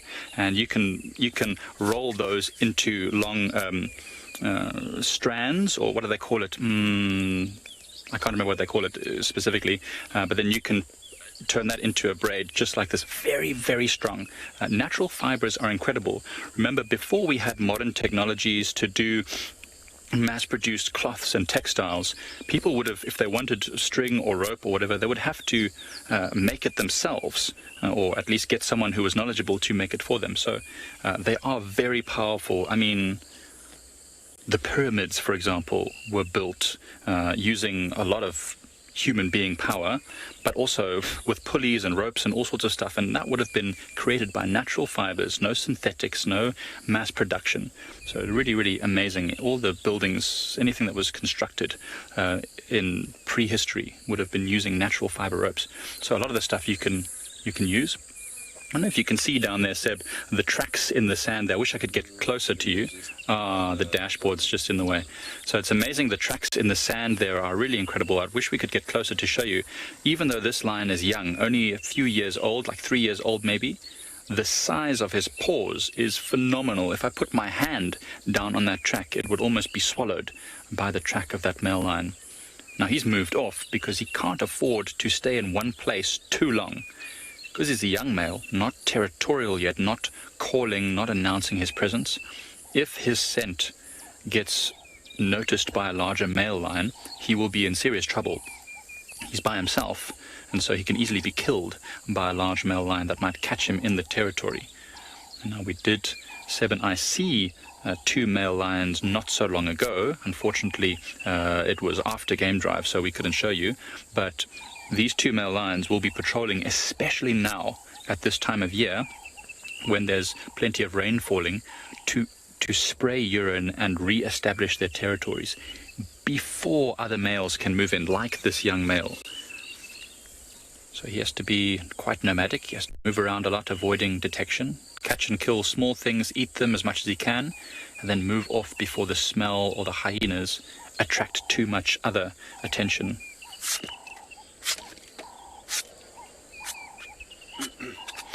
Finak, as I was mentioning a moment ago, one of the plants, I mean, for example, most of the grasses will have fibers. In fact, all plants which have all plants have a certain amount of fiber, but some of them have more than others. One of the plants that I've been using recently, that I've discovered has incredible fibers, is the mother-in-law's tongue. Can't remember the scientific name. It's a sansevieria of some sort, and as I was mentioning before, not only to use them for braiding and for ropes, but also to make fire, which is something else I'd love to do for you guys. But when we're on a live safari like this, it's always the case that when you meticulously prepare something that's quite hard work and you think it's going to work and you do it off the camera all the time, and then the moment I try on the camera, of course, it's going to fail. But I would love to show you how to make fire using nothing, not even a stick, well, a plank of wood, but everyone knows that method where you use a drill rod on a place and you do like that. But the fibers of the mother-in-law's tongue mean that I can roll the fibers into a tube, and just literally by applying pressure with the fibers between two planks of wood, like that, it creates fire, which is amazing. It's the easiest method I've ever learned of how to make fire without any sort of flame at all. The friction creates heat from the fibers moving against each other. It's absolutely incredible. So I'd love to show you that as well, Finak.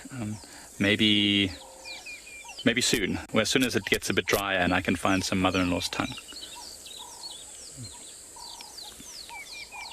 It's actually very peaceful here, now that the lion has moved off. And we're going to move off as well soon. We don't want to wait too long here and waste the cooler part of the morning. So whilst we do wait here a couple more moments, let's just enjoy the sounds of nature.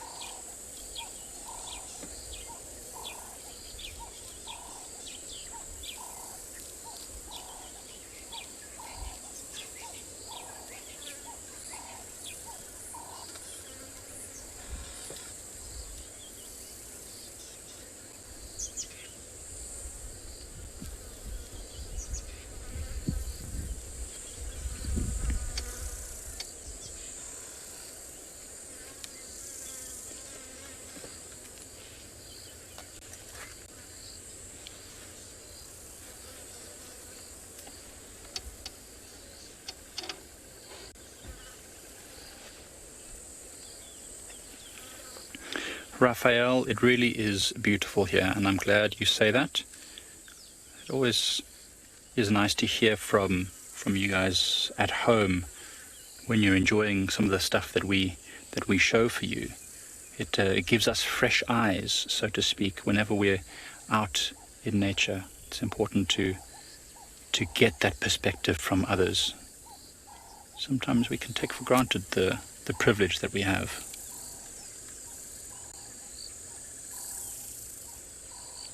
There's always the Cape turtle dove, or now known as ringneck dove, telling us to work harder, work harder. But you know what? It doesn't ever feel like work, actually. Well, whilst we enjoy this peaceful moment, we'll send you over to Grant, who's got a lovely flower.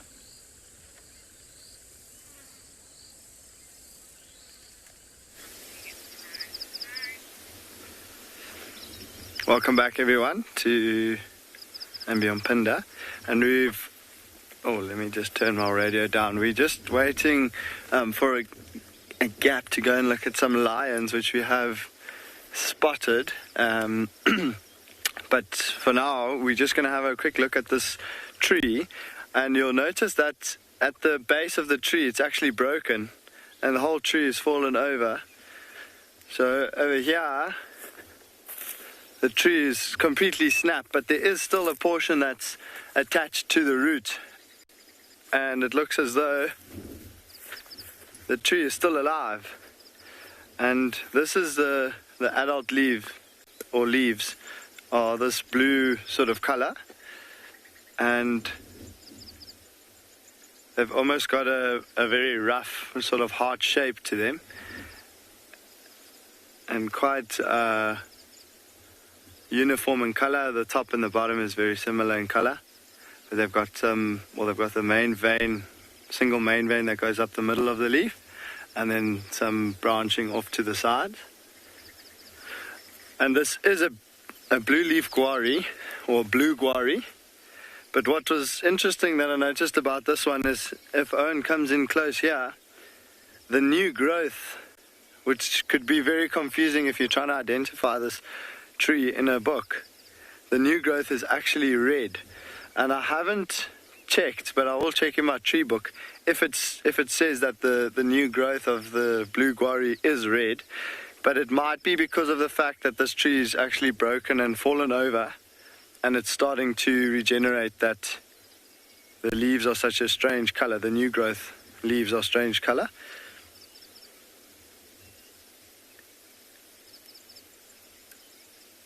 But yeah, just a slightly different looking tree. And then we've also got a beautiful view that we wanted to show you on the other side of the car.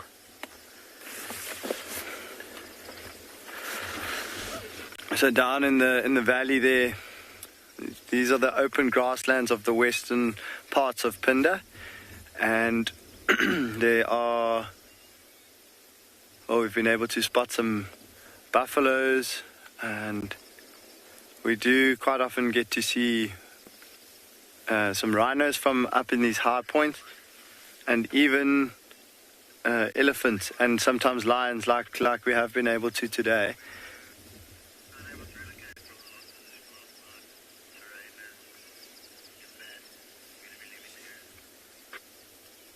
But with this slightly overcast weather, yeah, we've got, thank you, Audrey, for the comment. It is a beautiful view with the slight haze on the mountains in the background. But it is quite overcast today, so it's nice and cool. And there is quite a breeze blowing at the moment.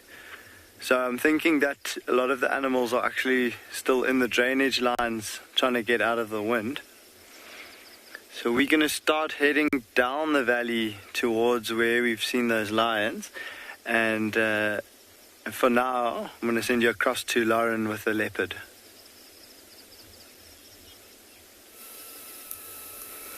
Duchess of the West. Kate Middleton, move over. There's a better Duchess in town. Shudulu, everyone. It's been a while since I've spent time with Miss Shudulu.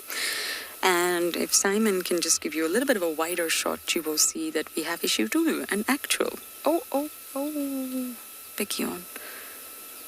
Shudulu, my dear, why are you not spending so much time in Djuma? Shudulu means termite mound in Shangaan, and we've got a termite mound right here. Simon's going to show you. And a Shudulu above the Shudulu. Look at that. I love it when things in nature make sense. Anyway, we're on Simbambili. So she obviously, Andrew spotted her at Treehouse Dam yesterday. She was very mobile. Shudulu's quite like Kalamba in that she's a busy cat. And she obviously crossed straight back west. She didn't hang around Djuma for too long. Now, she obviously lost a litter of cubs recently, so she's been seen mating again with Hukamuri, who really is her one true love. But what that means is she'll probably push back west a little bit, because Hook's territory is west. Now, last time she was seen mating with Mulwati, and I think that's why she was spending a little bit more time east, and we were finding her on Djuma almost every day. So Shudulu's territory covers Arathusa, Simbambili, but she pushes in a little bit into Djuma from the western side of our property. But fairly recently, she was pushing quite far. Treehouse Dam, Twin Dams, our camp, and that's quite far for Shudulu. But I wonder if she'll just shift back a little bit west again. And look at that delightful stick in front of her face. Do you love it, Simon? It's very annoying. Isn't she beautiful? Shidulu's got quite a unique appearance. She doesn't look like Tandy or Tlalamba.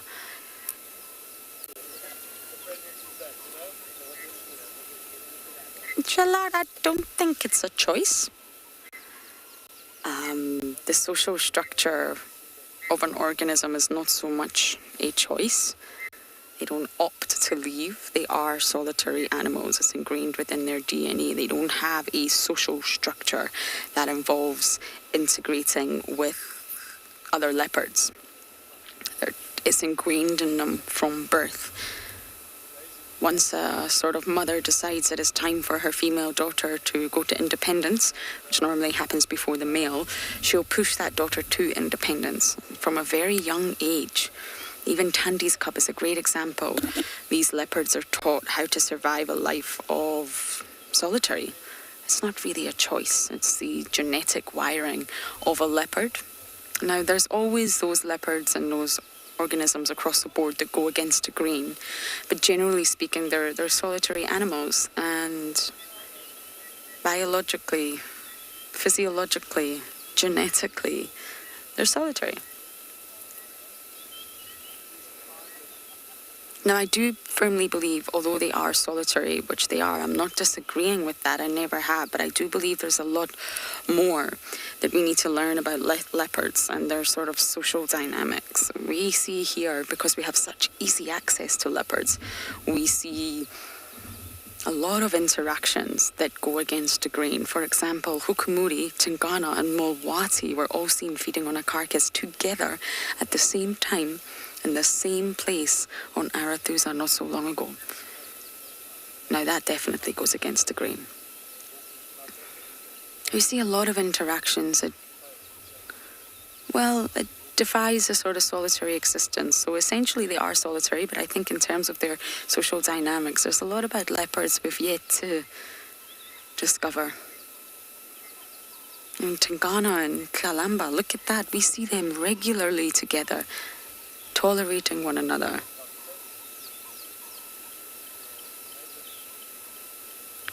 But essentially speaking, their social structure is solitary, and that's how they survive.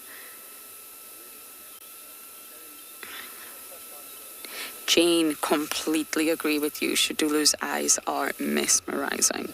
She has a unique appearance, doesn't she, Jane? I mean, from a distance, you wouldn't know who it was. You could think, I can see it's female. There's no golden orbs, but is it Tandy, Tlalamba, Sabui, Shidulu? You've got to get closer. But the minute you get close to Shidulu, there's no mistaking this cat for Tandy or Tlalamba or Sabui.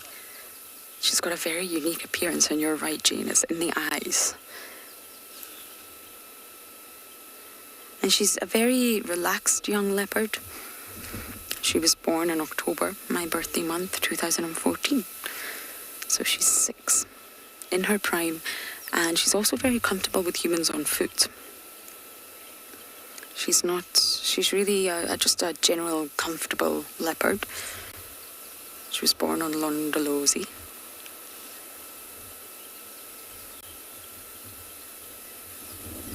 And she has suffered loss. She's got Kara. She's raised Kara to independence, who's not yet territorial.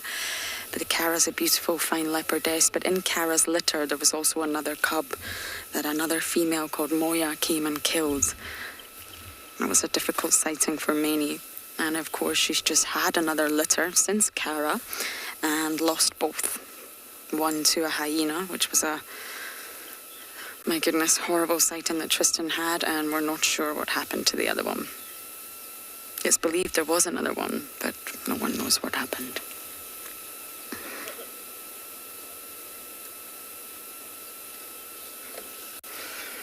Now, if you ever want to know more about our leopards, you can actually follow them on Facebook. Sorry, not follow, you can become friends with them. Yes, you can Facebook Shidulu and become friends with her, just in case any of you wanted to. So I'm not going to go anywhere. I've found my leopard and I'm going to sit here and enjoy.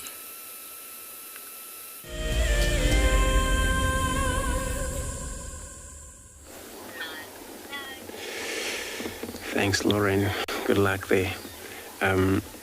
So we on a cheetah cut line which is a boundary with Torchwood and Djuma.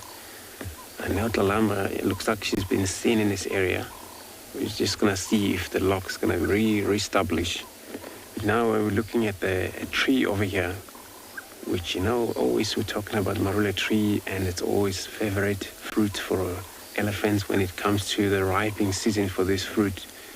And if you look there now, what you see like a round lychee, a fruit which is still a little, pretty much unripe, that color. And then usually when they're ripe, which they disconnect from physical connect and they're down, they fall down. And then all of that, it's actually favorite for the elephants. And they actually, it's kind of a smell delicious if you could smell them from way distances, which makes a lot of easy for the elephants to sense these trees or fruits itself if there are any of the marula fruits around. So it's quite a lot easy for the elephants to locate these marula trees around here. Remember the ripening, since we see the fruit right there, it's going to be anything from February, beginning of February, March. There's going to be a very good season for these marula fruits to ripe. So I'm going to see if I will be able to get that sighting to establish for us.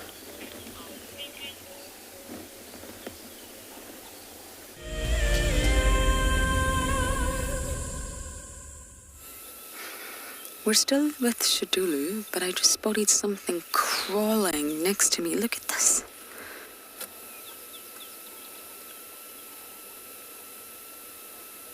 Wow. You can see the wings along the back, really enlarged back legs. Insects have got 6 legs. You see it just gently gripping on with the little piece of foot there. Segmented, enlarged. And if we go up to the antenna is also segmented. I don't know what species this is. If any insect expert out there wishes to help me, please do. #WildEarth. Just looking at those 4 legs, they're positioned forward. Do you see that, Simon, at the front? The 4 legs? I wondered if it was maybe some sort of mantis. But it's extremely large. I really don't know what species this is. There's insects everywhere. The Lowveld is crawling. Insects are, of course, always everywhere. We just don't always see them. And summer is their time. Isn't it beautiful? Almost prehistoric looking. I'm trying to really sort of throw myself into insects these days. They are so important. Much of life would really not survive without insects. Believe it or not, they're crucial. They sort of have influence on our ecosystems like a ripple effect on water. Yes, that's a quote. I did not make that up. And they're said to outnumber the grains of sand on the world's beaches. How someone came to that conclusion, I'm not entirely sure, but they did. I just don't know what species this is.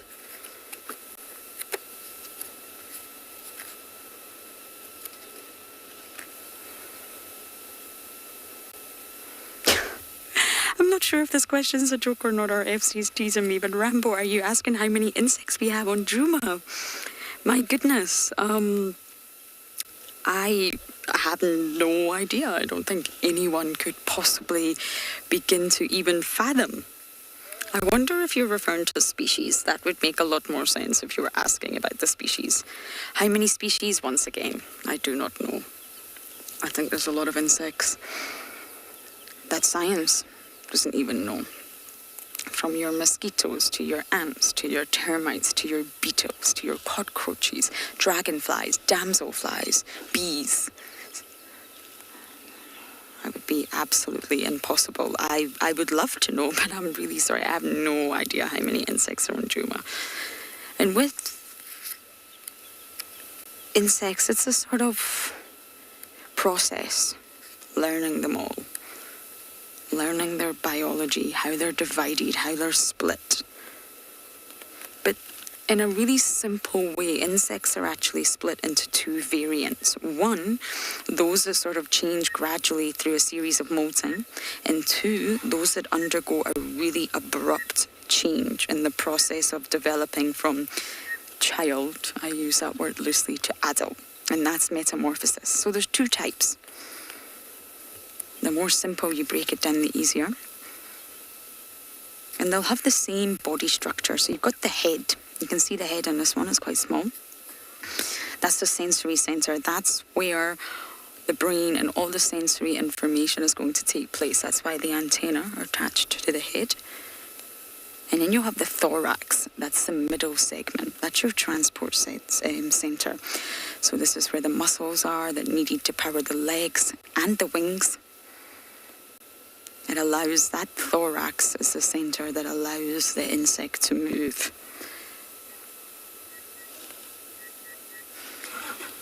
And the third, the abdomen, the largest of all segments at the bottom, Simon's given you a beautiful view of the abdomen. That's responsible for reproduction and the gut. That's why it's large. The reproductive sensor sort of organs are held in the abdomen. Sorry, Gwen, one more time.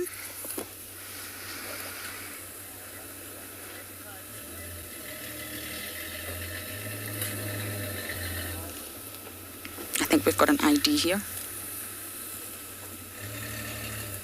I can't understand what you're saying, unfortunately, Gwen. But we have got an ID.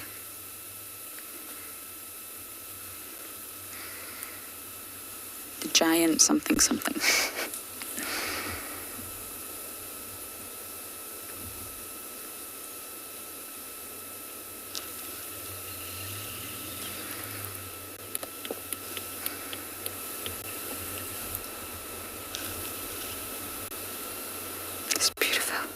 And this is why I enjoy static leopard sightings. One, is easy for me.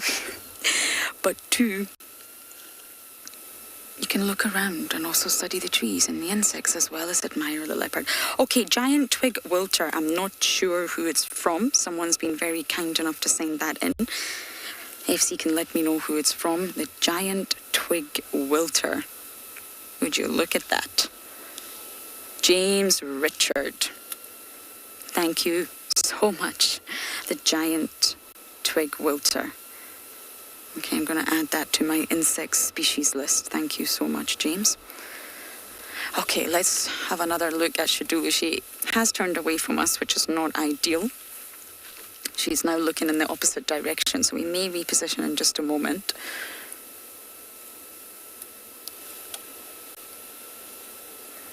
I don't know if Fukumuri's been found.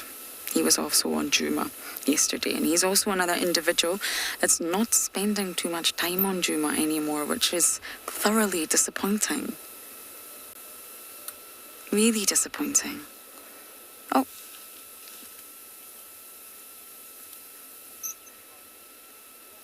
Now, we talk about personalities, and I don't worry about anthropomorphizing in that respect, because I am a firm believer that all individual organisms have personalities. They really do. I'm sure mosquitoes have personalities too, but, I've not got to know the mosquitoes yet.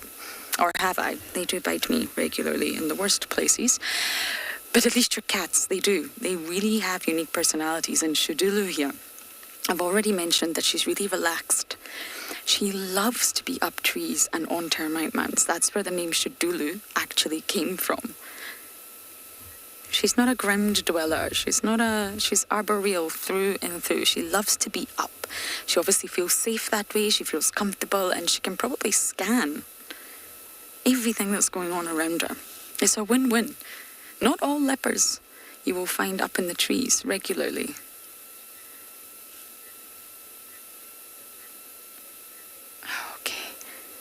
We're going to sit here at Meyer Shudulu, see what else we can find. Oh, big yawn. And we're going to send you across to Grant and his lion.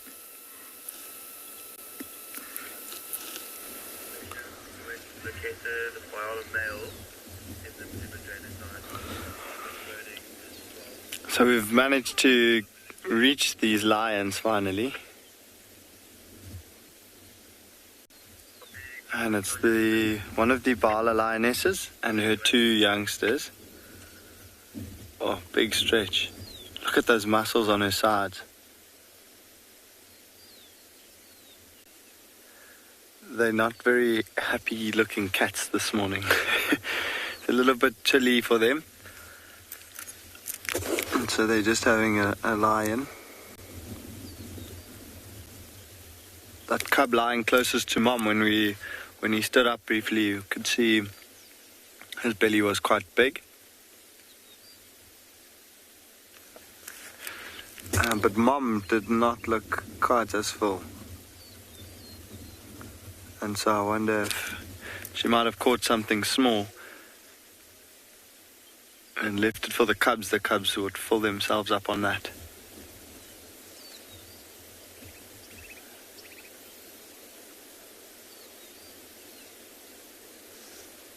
And that one on the far right is just completely passed out.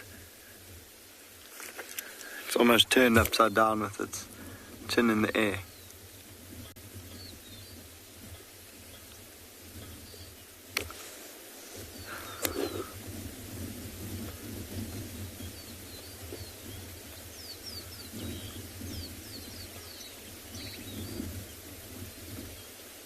So these lions have been hiding from us recently.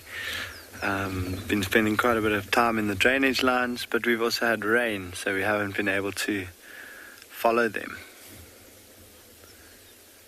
Noah asking why lions sleep so much. It is the majority of the time that we see lions, they are doing exactly this. They're fast asleep. It's mostly because they actually don't have anything else to do, so they are trying to conserve energy for when they have to hunt. And it's different for all the lions. So this lioness, for her main focus will be conserving energy for the next time she has to hunt, but also making sure that she keeps these cubs safe. And so she will rest as much as possible. But the cubs have to sleep because, like a young child, they are growing, and so their body uses a lot of their energy to develop muscles and bones and for the lion to grow. And so when they have a full belly, they just sleep and let their body do its work. And then the male lions, of course, have a couple of duties that they have to do, and so they will sleep as well when they're not doing their territorial patrol or not looking for their pride. And so I guess the main reason that they sleep so much is because when they are busy, they exert quite a bit of energy, but when they're not actively doing something, they're probably digesting something which in any way uses a bit of energy, and so that's why they will be quite tired most of the time and spend a lot of their days sleeping. See, Mom's got her head up all the time and it's on a swivel. She's looking around. Boomshak. That's an interesting question. Do animals dream? I'm not sure if it's ever been confirmed, but I've definitely seen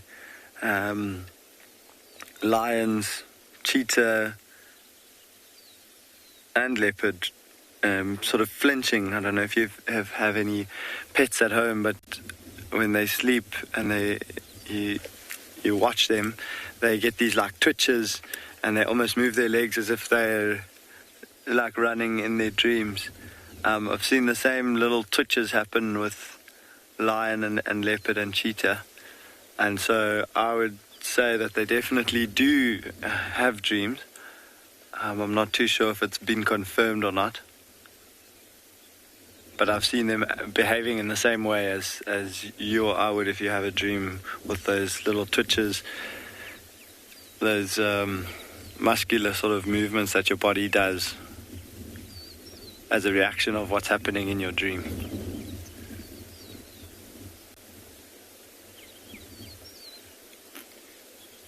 Mostly the paws just twitching, and maybe the mouth.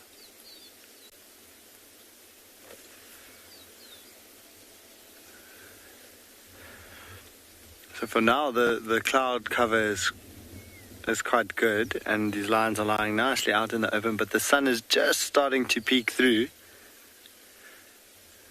Mom's got a little vantage point here. You can see that she's up on a ridge, so she's found a little bit of height to scan the surroundings. She might be keeping a lookout for, in this area we would see inyalas, sometimes even impalas, and then herds of wildebeest pass through this area.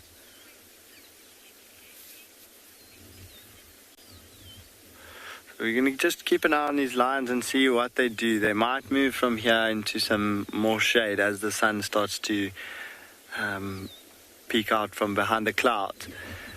But we're going to send you across to JP, who's got something interesting for you.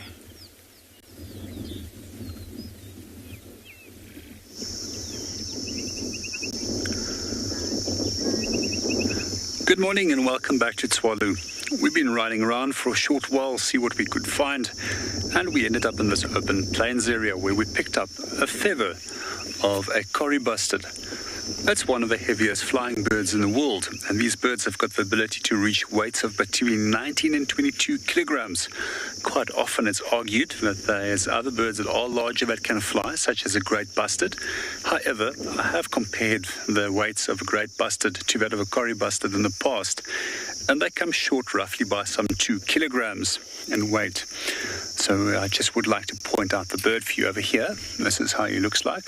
Sometimes people confuse him for a mini ostrich, which they are not. So with the bustards, I find it quite a fascinating group of birds, and we've already seen some of their smaller members, which is a red-crested coran in the last few days, which is responsible for those amazing displays. However, this guy does not go to this elaborate method of displaying by flying in upwards and then doing a backward somersault. He just simply walks around in a field, as he's too heavy to do a backward somersault. And what he generally does is he points his feathers or wings downward, raises his tail and puffs his throat up and down. It probably makes one of the most eerie sounds in the bush as well. The first time I ever heard it, it sounded like a dog that was barking. I could not believe that it was a curry bustard. In the Afrikaans language, we refer to a curry bustard as a hompo. So hom, if you literally translate it, it means glue, and it refers to the gum of the acacia trees. And one of the common acacia tree species which we have in the Kalahari is known as a camel fawn. And quite often we will find that these curry bustards will go and feed on the gum that is seeping off the side of these camel fawns, hence the name hompo. We also find that they do feed on a wide range of other plant as well as animal material, which includes from snakes, chameleons, and a number of different seeds.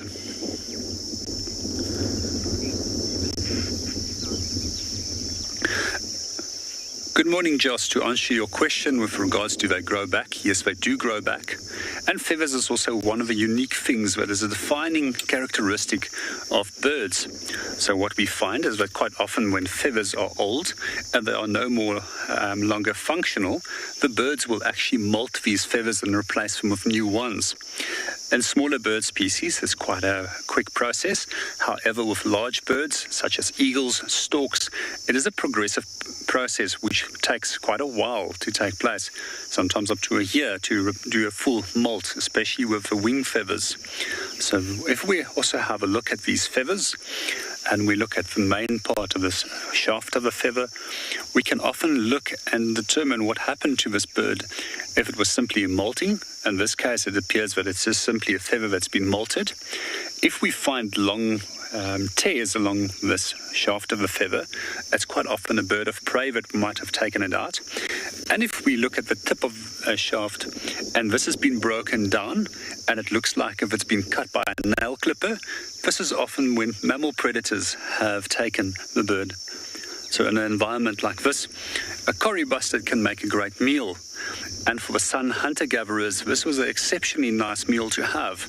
Quite often what they would have done is they would locate a trap, locate a nest, and then build a trap around the nest and wait for the female to come back onto the nest, and then simply just snare her. We might find that this is a particularly cruel practice. However, for hunter-gatherers that has limited resources, it plays an important role for them to find protein, as they can't just live off on plant material on their own.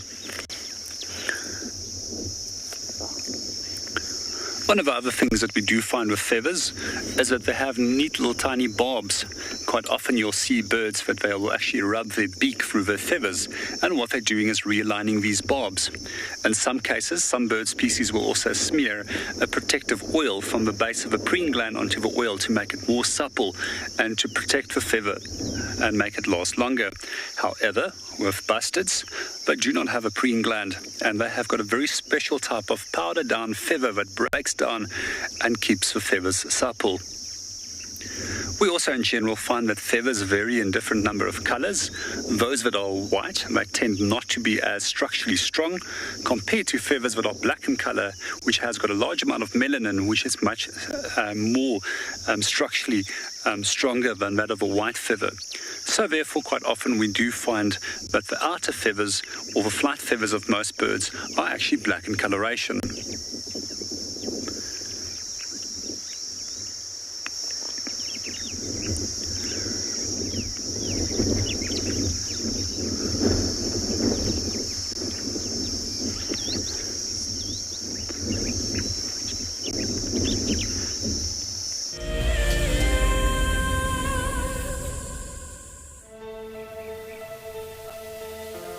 How insane is that animal? This is out of this world. Fantastic. Good, Mama. Wow, what a way to start off. It's just such an incredible privilege to be out here. It just keeps on delivering. There you go, there you go. Heart is pumping right now. 3, 2, 1. You are live, you are live. Look at this, everybody. We've got a live kill.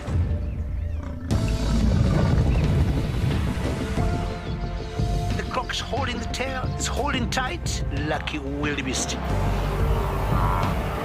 There's nowhere to go. This is a disaster in the making. Something that I have never seen before in my entire life that you are now watching live. My heart is in my mouth, everybody. Look at this. It's gonna make it. It's going, it's going.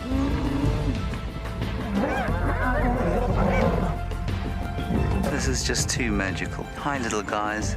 That's great, isn't it? Look at that. Scuba Steve has got a friend. You've got a friend in me. It couldn't be a better morning. This is just too special. Oh my goodness, we've got a turtle. How epic is the fact that we're coming to you live from the Chobe River? It's the most incredible feeling to be here. This is live and we're in Rwanda. This is a very, very different adventure, charged with emotion. I did not think I would ever face my fears like this.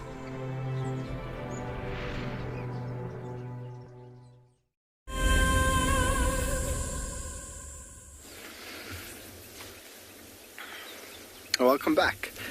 So one of these youngsters just disappeared down the hill on the other side, and we thought that was maybe the start of their movement down into some shade, but it's popped back up to the top of the ridge, and you see it is panting a little bit.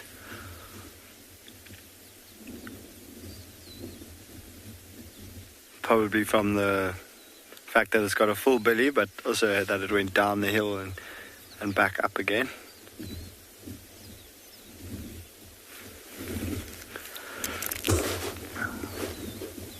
Really, really beautiful condition, both of those youngsters.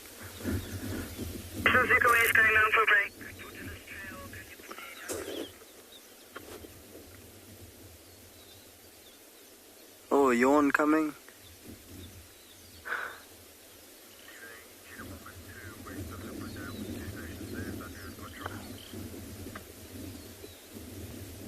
And still very much under Mom's care and attention.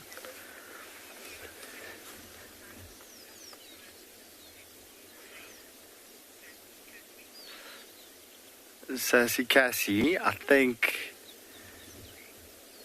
sure, that's a tough one. Like, I have seen lions targeting animals when they're close to the waterhole, but when the soil is wet, they will slip as well. So the thing is that what comes with that wet weather that makes the soil damp, the rain that and usually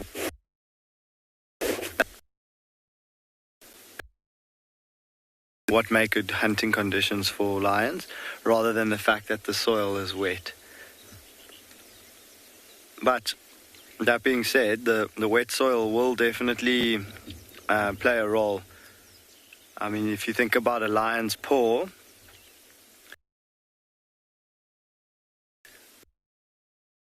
in pad or toe, that it's almost like a webbing kind of skin flaps in between the toes, and I'm going to quickly send you across. Exciting.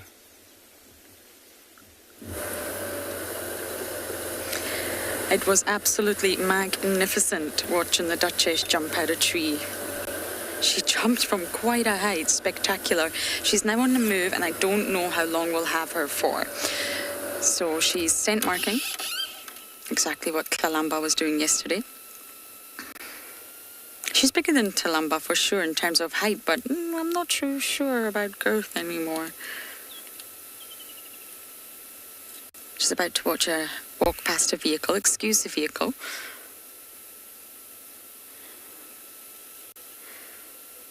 She said, "No, I'm going to pose for you one more time." Looks like she's wearing high heels. Of course, that's a digitate foot structure. It's a really interesting evolution of foot structure, and the cats have digitate. So their heels are raised far off the ground, but they're not walking on their tippy toes as the ungulates are, as the antelopes are. But they are walking with their heels raised above the ground, which makes them look like they're wearing stilettos. Excuse the vehicle.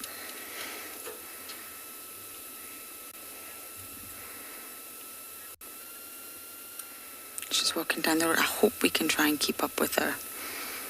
But knowing Shudulu, when she's a woman on a mission, and the further west she goes, the more difficult it becomes for us to get signal. But we'll try. She looked a little bit hungry there, very alert. And she's comfortable on Simbambili. She spends more time on Simbambili and Arathuja than she does Juma, unfortunately.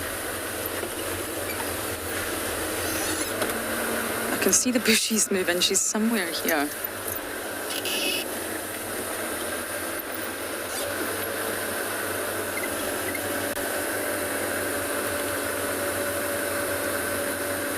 There's another vehicle joiner. I think it might be tricky for us to give you another view for now.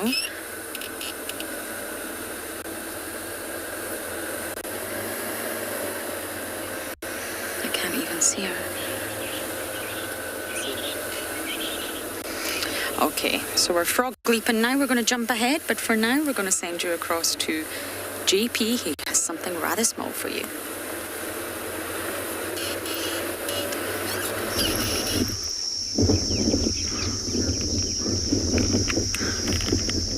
Good morning and welcome back to Swallow. At the moment, we're just having a quick look at a sociable weaver nest, one of the nest structures that we've pointed out in several of the shows.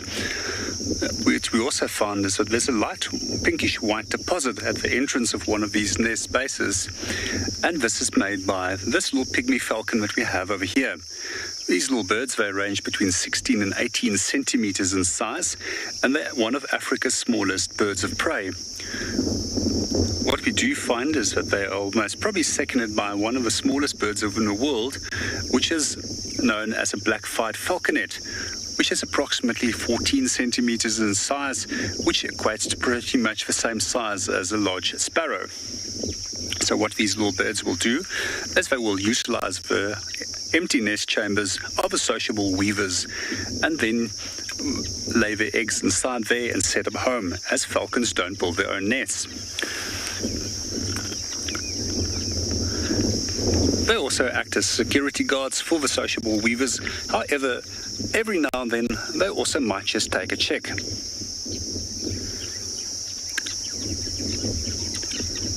These little pygmy falcons have actually learnt to not need any form of moisture by having to drink, and almost all of their moisture requirements is met by feeding on insects and other prey items.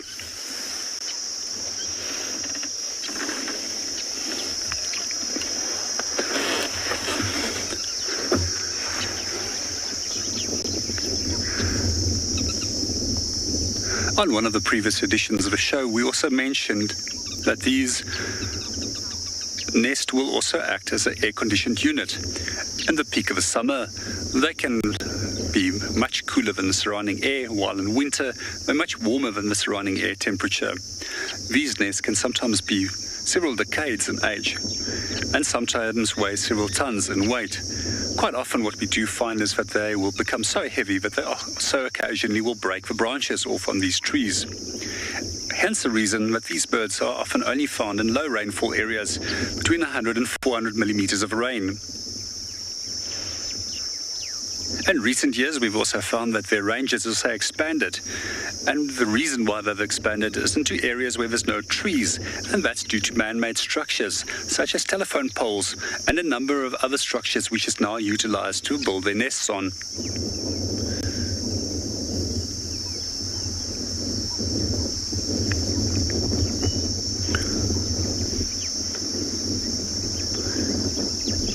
Do you mind to zoom for me on that feces there? So just one last interesting thing that we would like to point out is another relationship between the tree and the sociable weaver. You'll notice that there's white little droppings underneath a tree. This is created by the sociable weavers. This, combined with rain, will wash these nutrients back into the soil, and it becomes available to the camel fawn again. And meanwhile, we're going to link you over to one of our other stations currently enjoying another sighting.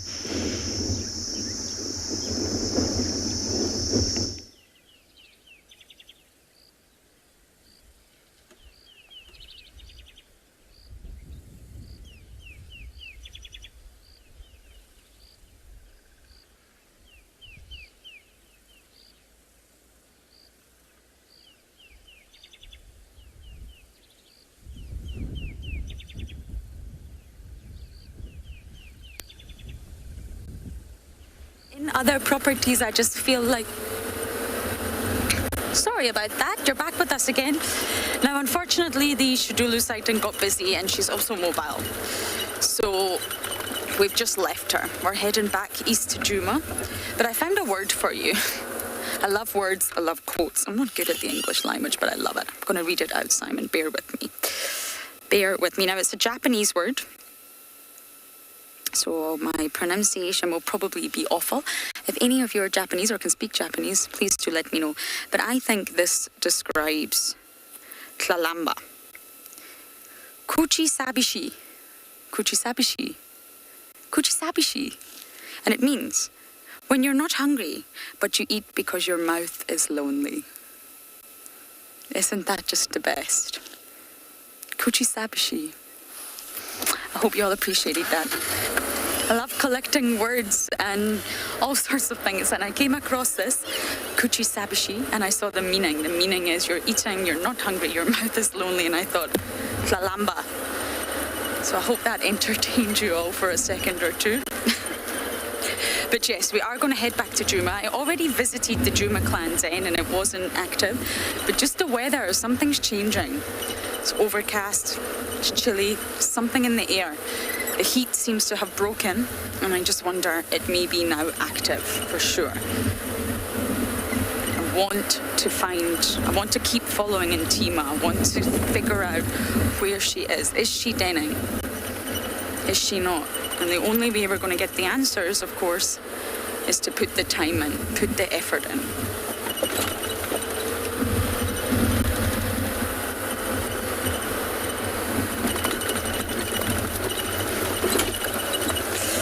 Oh, we have a little bit of issue with this volume. One more time, Gwen.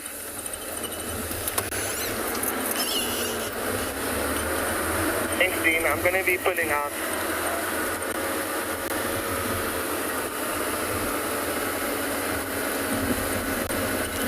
What is my favorite bush? Bush something. What is my favorite bush something? I am ready to answer this question. What?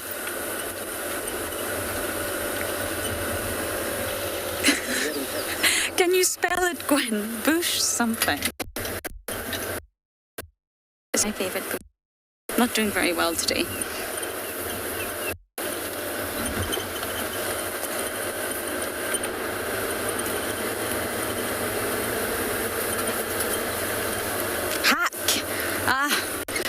I thought you were saying bush hat, and I thought, well, I only have one bush hat. I'm not very good at hats. Okay, I've came the wrong way. Bush hack. Bush hack. I'm not even entirely sure what that means. Gwen, can you give me an explanation, por favor? I would much appreciate this. What is my favorite bush hack?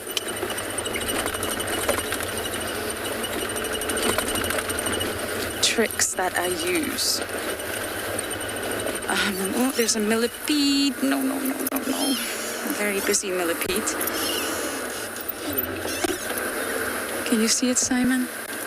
That's a big one. Bush hack. Am I allowed to think about that and come back? I really don't know.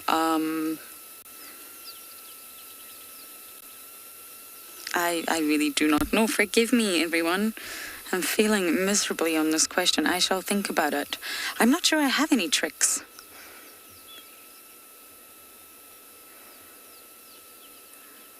I have lots of food on my vehicle, don't tell anyone. I have lots of snacks, healthy snacks. That keeps me going. I don't know if that's a trick, but it's necessary. Long days out here, your tummy starts to rumble, and my microphone is here. You don't want your tummy rumble to go in the microphone. But I do remember Herbie. Herbie spent a lot of time with me. Wonderful tracker. I learned so much from Herbie, and I love him so dearly. And he really is a massive part in who I've become as a guide, including James and including Jamie. And we were on a walk one day, and I realized that my tummy started rumbling, and it was rather loud. And you know when you think, is that loud to everyone else? Or is it just me? And Herbie goes, I hear lions. And I think, oh my goodness. Did he hear my rumble as the lions? Or did he hear actual lions? So he does it again. My tummy does it again, sorry. And he goes, no, I hear lions. And I was too embarrassed to tell him otherwise. So we looked around for lions that didn't exist, and it was my tummy. So maybe that's my hack. Always have food. Always keep your energy levels up. Be stocked up, and, well, there you go. You will be absolutely fine out here on drive, as long as you eat your snacks. And many of you know my snacks, peanut butter and banana. Okay, I'm heading back to Juma now, and we're going to send you guys down to Swallow.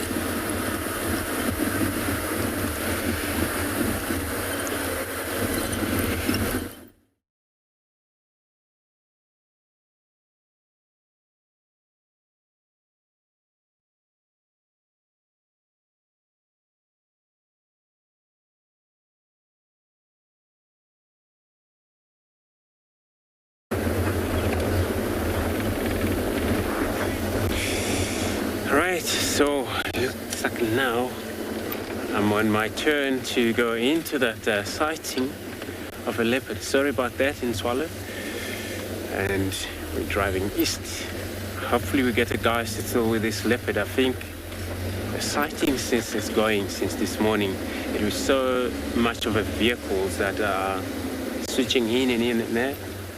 And then it happens that I was on 3 standby 3, so now we're headed our turn to go in just to see what they're sighting like. Just kind of like, there they are.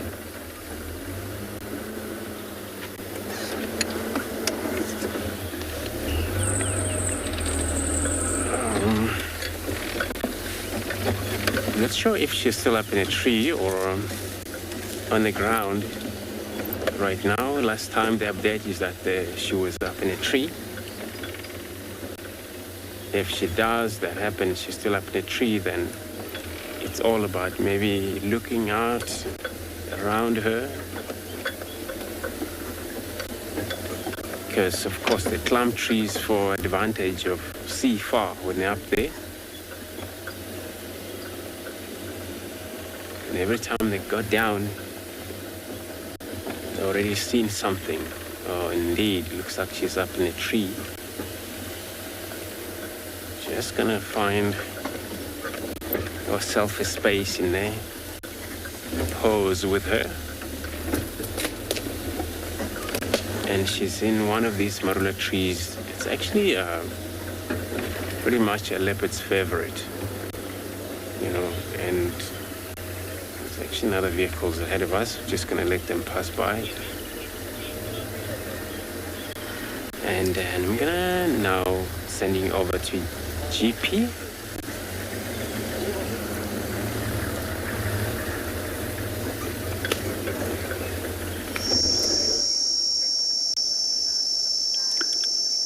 Good morning and welcome back again. We're still with our little dung beetle. Unfortunately, we lost you there for a few seconds. So these things happen when you are operating in remote wilderness areas. But let's get back to our dung beetle. So he's busy rolling his ball of dung back to the little hole that he has created. They either use this as a food resource or they will lay an egg in it. So quite often this is then given as a little gift to the female. Not the type of gift that every lady would like, but in the case of dung beetles, this is where they will lay the egg inside, and where the young dung beetle will develop inside. What we also find is that these dung beetles have got a number of strategies which they will follow to orientate themselves. One of these is by simply using the sun, other methods by using the moon, and even believe that they can use the Milky Way to orientate and navigate towards where their burrow is. What I do find particularly interesting is that with a number of dung beetles, there's a number of different strategies how they will work to lay their eggs. Some species will just lay the egg directly underneath the dung or in the dung. Some species will produce a ball and then drag it underneath the dung pad into the soil. Well, the third group that we have over here is a group that will roll the dung away to the burrow that they've already created. Then, as in life, there's always somebody that has to cheat the system. And the fourth group, what we find, is those that steal dung balls from other dung beetles. Dung beetles play an incredibly important role in recycling nutrients and minerals back into an ecosystem. They also play an important role in preventing the spread of disease by breaking up dung of a number of herbivore species. Quite a few years ago, there was a very interesting study that was done, and it's with regards to a relationship with a tiny mite that lives underneath most of these dung beetles, and they keep them clean and healthy. So what happened is that they discovered that a large number of these dung beetles that were sent to Australia to deal with a fly outbreak due to the lack of animals that will break down dung in that country, and to prevent a further outbreak of disease, that these dung beetles were dying off one after the other. And the reason was because they cleaned all of them from the mites before they shipped them to Australia.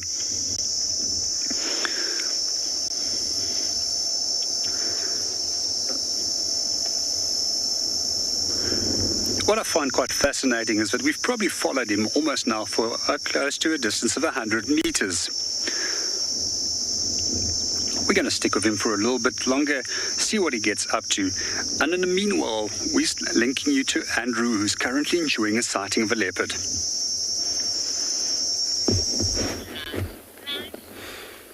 flood, JP. So everyone, as we mentioned, that we're responding to this very Talamba lock of sighting, and see how she's just right posing in this very beautiful branch. And it's amazing, you know, these trees provide such a comfortable branches for leopards to rest on.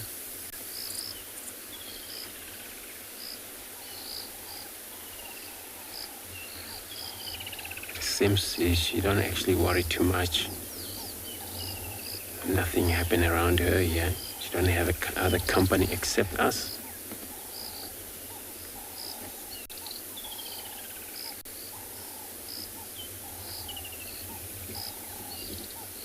You can see how she even closing her eyes.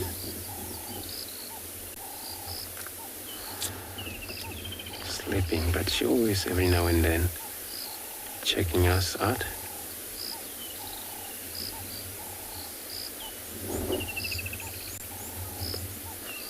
So it looks like she loves tree this morning a lot, because the last update was that she's on the ground and she'll probably move or maybe climb another tree, which is this one.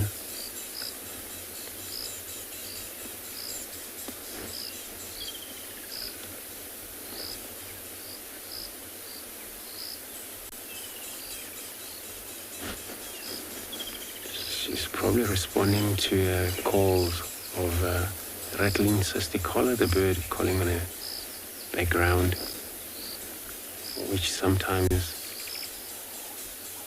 that bird can alarm call for any other predators around here. Can be another leopard or lion, and that's why she is looking back there.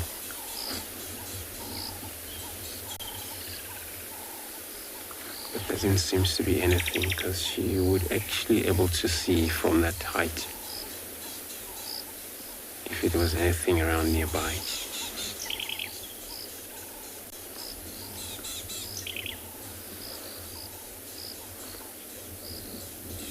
So this could be one of a resting, also hunting technique they got.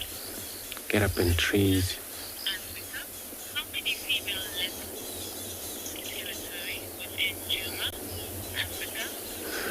So Africa, you want to know how many leopards hold their territory in Juma. So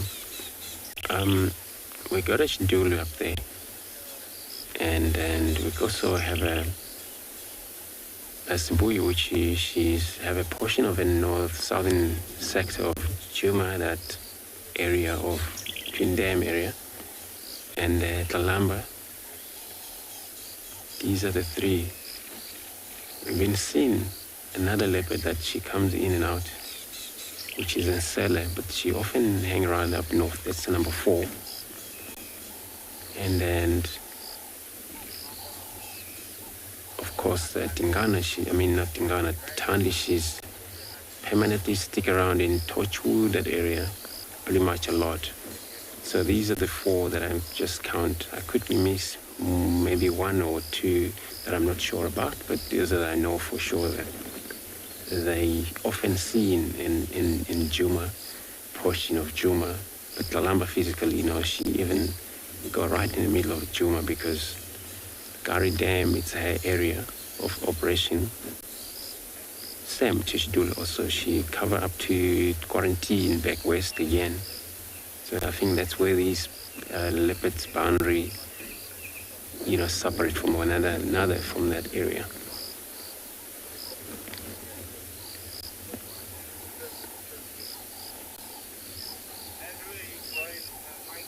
And then it's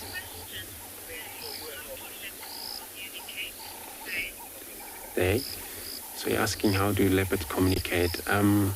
There's several ways of communications. They do vocal communication, which is sound they make, or it could be maybe one of a territorial when they do that kind of like a ground sound, but vocal.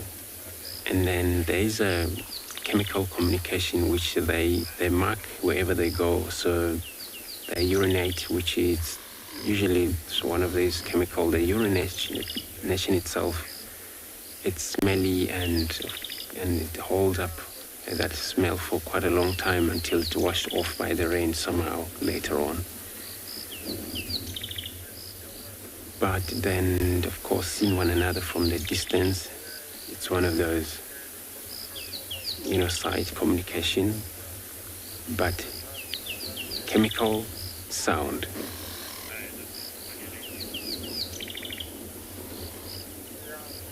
She's actually taking it easy.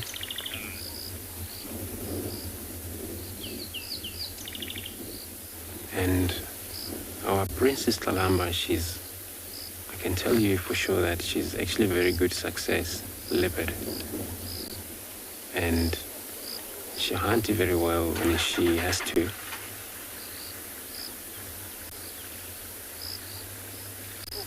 Oh, something that threatening her, which we're not sure why, but I think it's not very serious that. She's trying to balance.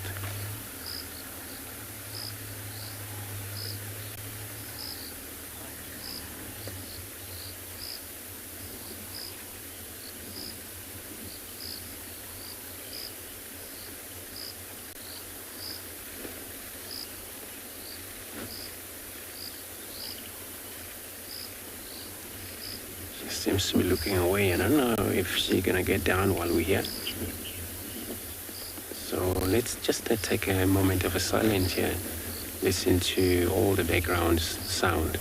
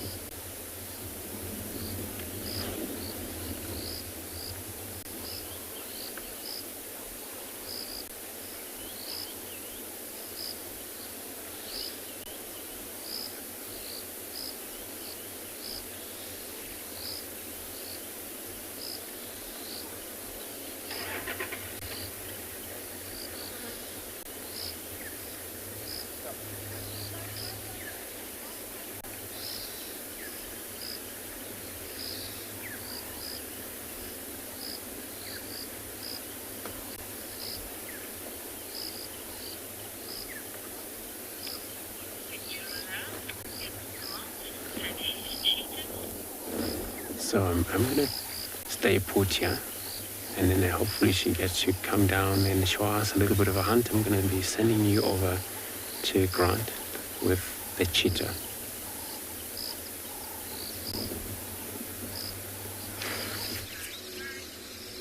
Well, speaking of hunting, we've just found these cheetah, mother and two cubs, and she's just caught a wildebeest calf. And the mother, it's pretty sad. The mother's still standing here and she's crying, but she's just running off now. This has just happened. We missed it, but we heard about them here on the radio, and then they were left unattended, so they were just here by themselves, and it must have literally just happened. You can see they're still panting, and if you look at that cub on the left, it's got quite a lot of blood on its face. They've all taken a pause from feeding because the mother was standing about 80 meters away, but bleating. giving a very, very loud, distressed call, almost like a mooing sound, trying to call the baby.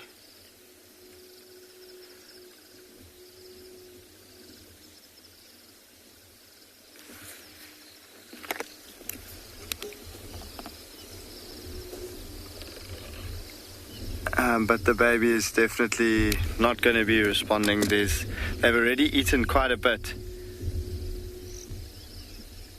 And you see that one lying down now to feed again.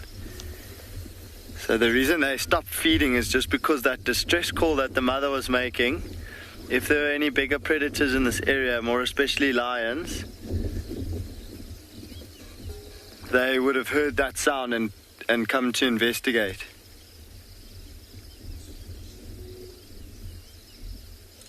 Oh, look at that face, full of blood. I would like to go down for break.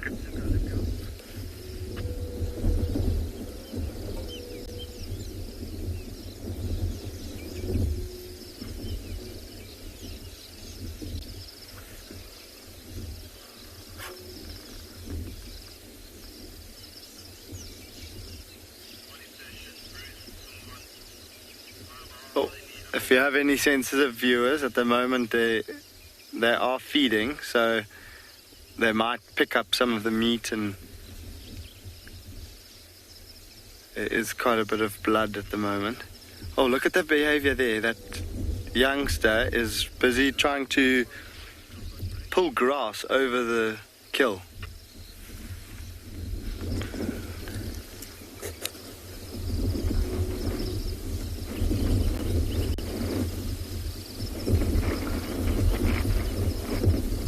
The reason they would do that is to cover the kill from birds of prey and scavengers.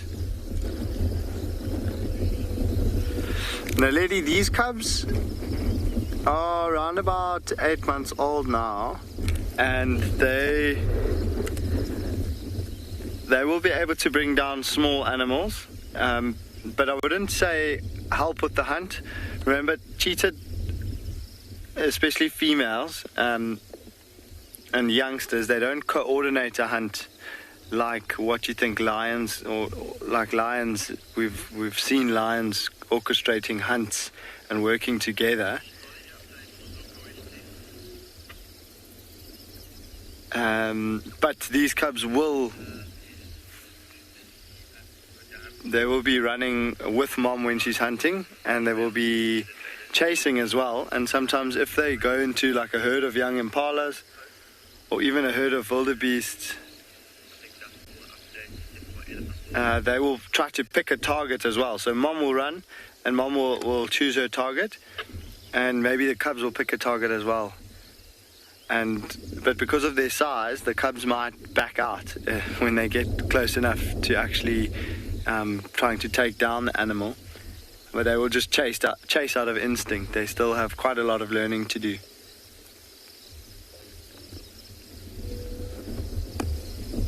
So it would be quite unusual for one of them to take something down, but strength-wise, they definitely can take something like a young impala or even one of these tiny baby wildebeest down as well. That one that's sitting up with the mouth full of blood has just spotted an impala, but it's a ram that's behind us. He's just keeping an eye on it. But we are just going to continue watching them feeding. We're not going to go anywhere for now.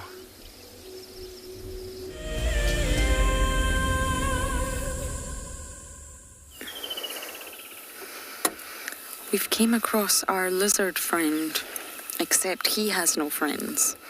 The mongoose are not here. Now, I have been calling this a giant plated lizard, and I think I have been wrong. Apologies. I am more than happy to admit when I'm wrong, and one of you actually pointed this out, so thank you. I really do appreciate it. And I think this is the rough-scaled plated lizard, which makes a lot of sense. You can see as you look at the scales, they look rough. They look as if you were to sort of put your hand and run your hand from tail to head, it would be very rough. Almost like velvet. It's smooth one way and rough the other, if you like. This is not the giant plated, but it's still a plated lizard. Part of the plated lizard family. But I think this is a rough scale, so my apologies. You also get the black lined, you get the giant. There's lots of different types of plated lizards. But this is the individual. I don't know if it's actually fake or whether there's many individuals that are fake, but I think it is. I think this is the same individual that inhabits this termite mound. And they've got really obvious scales. And they're not overlapping, if that makes sense. They're very square and they're next to one another, almost like bricks. When you look at a wall, they don't overlap. Either way, gorgeous, gorgeous lizards. They can store fat in that tail just like crocodiles. Plenty reserves. So I think I'm going to try and drive past and make sure he doesn't disappear into the mound.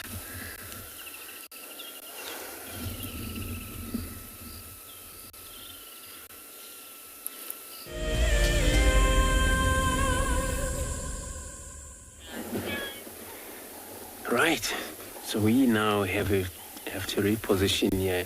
And what we discover, it looks like we can see how belly actually she's got right now. It's all full of belly. And then talking to the guys, they say that she was on a kill, but we don't know what was it. So the guy didn't actually mention what it was, or whether it's still there where she was seen last time. So this looks like it's the second spot that she's at right now. But you see how she paints, like that. It looks like she definitely eaten. I was talking about earlier that she's a good hunter, Kalamba, so she's good at it. So it happens maybe whether it was a duiker, whether it was a young impala, whether it was a steenbok, but to make this tummy expand like this, it's got to be an antelope.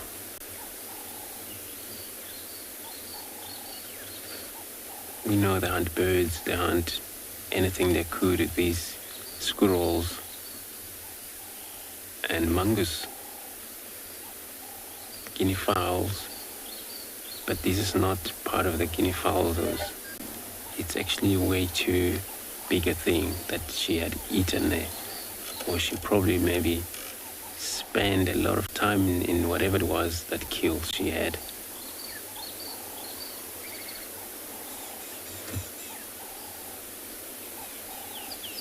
But also the scavenger, so they can steal from one another.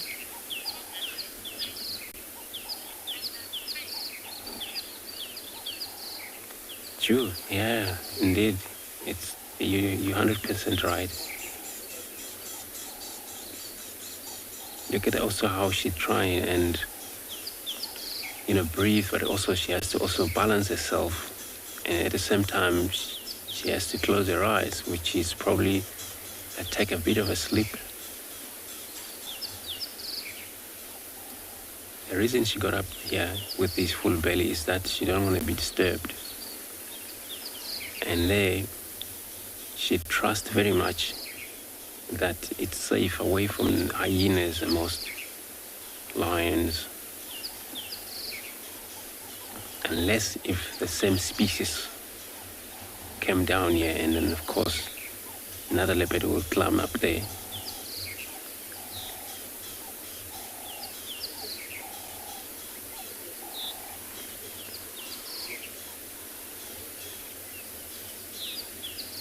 So size of the prey they would hunt, apart from the steenbok and these grey duikers, and pretty much fully grown impala, she can still bring it down.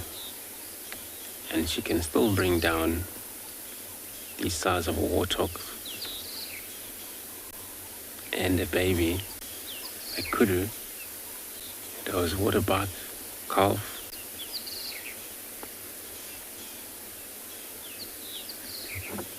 but though even she wasn't able to put up in a tree.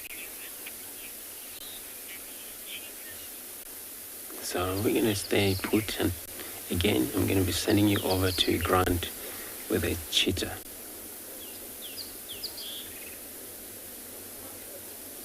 Old Boomerloop and cheetah and 2 on a wildebeest calf at Hippo Dam. Welcome back, everyone. And the 2 cubs are just grooming each other at the moment, cleaning the blood.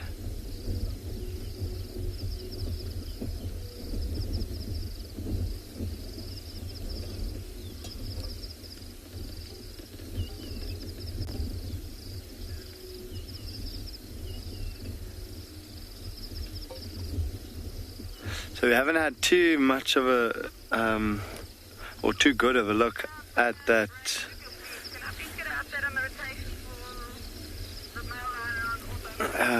carcass. And there are vultures descending. Oh my word, I haven't looked up yet. There are so many vultures coming down. There was a tawny eagle that came past just after you left us last, but I think the vultures have spotted the carcass, which is what that cub was trying to do. It was trying to cover it with grass. Zandria left it unattended off Old Boomerloop. There's a Gwari branch on Old Boomerloop. There's a marabou stork coming in as well. Oh, and there's the mom. The mother wildebeest is back. She's also seen all the commotion happening here.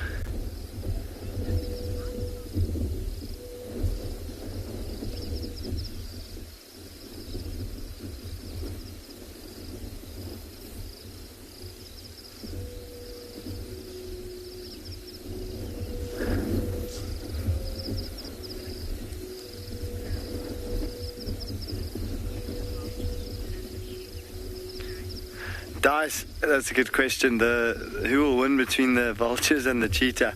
So for now, you'll see the vultures landing in the trees and the surrounding bushes around us. And they will actually wait until the cheetah move off. I'm just looking at the condition of the vultures to see if they have full crops or not. And it looks like they're all empty. But they will wait at first, but as their numbers grow and grow, there's now a 3rd marabou stork that's coming down, and as there's more and more of them, they're going to start pushing a little bit closer to the cheetah. But I'd say once there's about 30 or 40 vultures, they will drive the cheetah off. Fortunately for the cheetah, there are 3 of them, so the vultures and storks will be a little bit more intimidated than if there was 1 cheetah.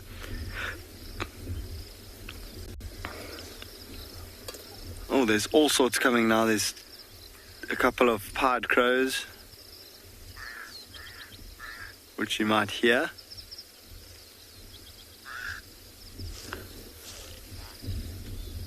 How's this big marabou here? Yeah.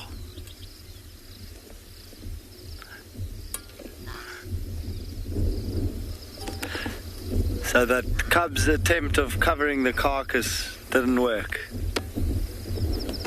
It literally took a few minutes. But I think most of the soft and prized meat in terms of the cheetahs, what the cheetahs prefer, I think they've eaten most of it. When they picked up the carcass once or twice, it did seem like most of the meat was gone. It seemed to be the skeleton mostly that was left behind.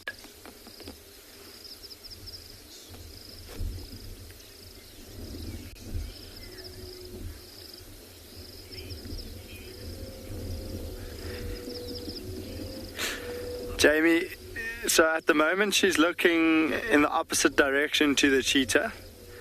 So I'm sure she's already thinking about going back to the rest of the herd. She will unfortunately mourn for a little bit, maybe a couple of hours, but she also knows that life goes on and she's going to have to just carry on. There will be another season where next year she will be able to give birth again, and hopefully she has some more luck with her next calf. She will want to get away from the cheetah. The fact that the cheetah are still here will deter her from coming any closer. And by the time that the cheetahs or even the vultures have finished all the meat, she will have moved off by that time. She's not going to wait until they're done. I think what she's busy doing now is checking this entire area, making sure that her calf is not around, by some chance managed to get away from the cheetah. That's her biggest concern, is she's trying to check if there's any chance that her calf made it, but she won't put herself at risk. And so she won't stay here for too long. She needs to try to get back to the rest of the herd.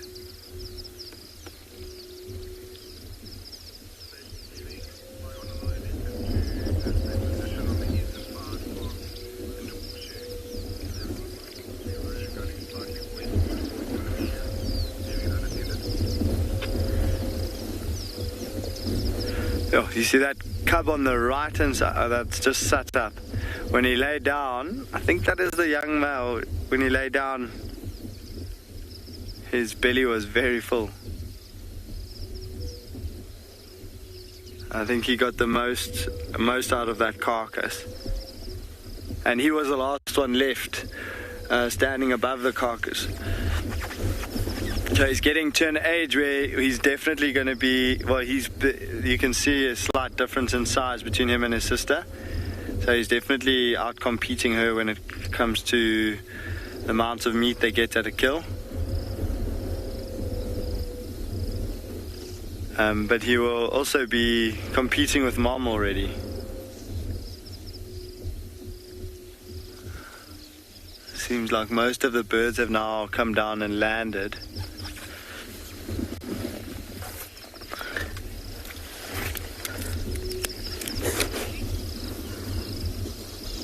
So we're just going to stick around here because I want to see what is going to happen if the birds start coming any closer, or if the cheetah move off, or maybe go back to that carcass to finish off the last bits.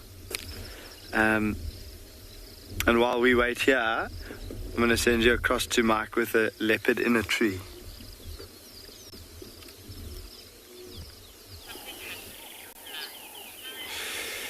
Right, so we're also still in this position of the Stalamba, and as she's right up in its tree over here, weather changed for us a little bit.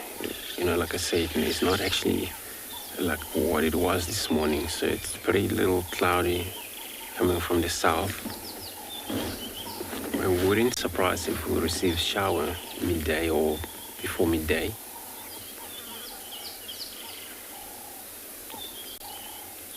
So cats, most when they paint, it's how they digest. So what happened, all food squashed the lungs pretty much. And then all that just squeezed into the one position. That way she has to control herself. And the probably end of the day, if she don't return to feed and whatever it was, and then she will be less painting by the afternoon. At this stage, she's gonna only hunt if it's necessary, if anything available right now.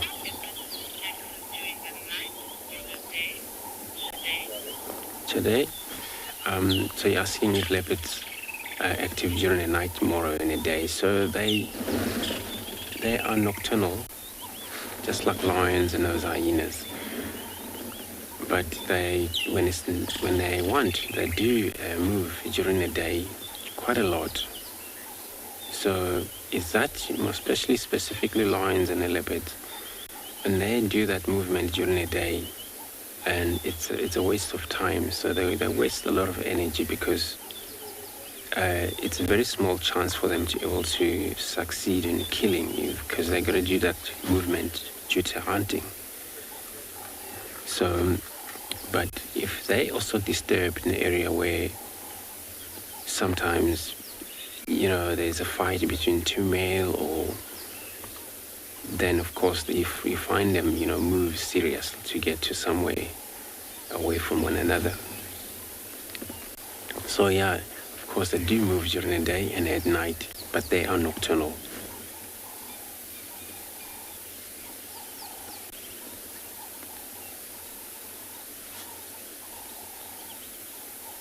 So maybe you can see the beautiful tail hanging.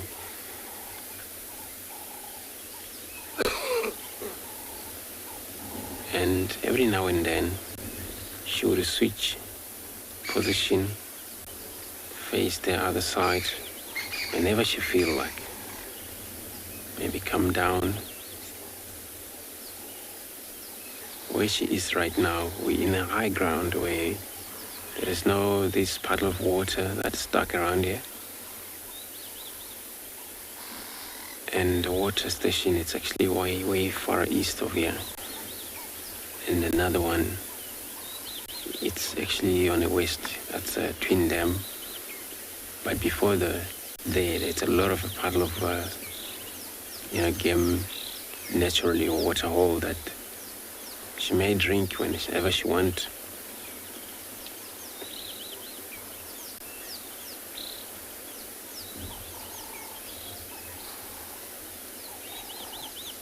Leopards, you see a lot of times they prefer marula tree specifically because the tree, it's got a very soft bark. It's actually a thick layer, soft bark. It's easy for leopards to actually use their claw to get up into this tree very easily. Sometimes you see them do that, carrying a heavy whole impalas up in a tree, immediately away from the ground. They can climb other trees as well, but they prefer marula trees specifically for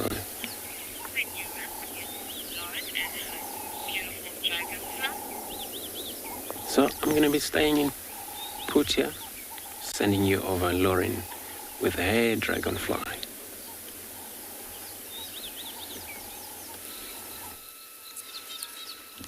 I'm at my favorite pan with my favorite insects.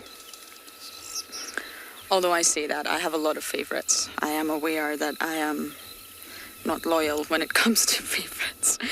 But the dragonfly really is. And look, I don't know if any of you know this species.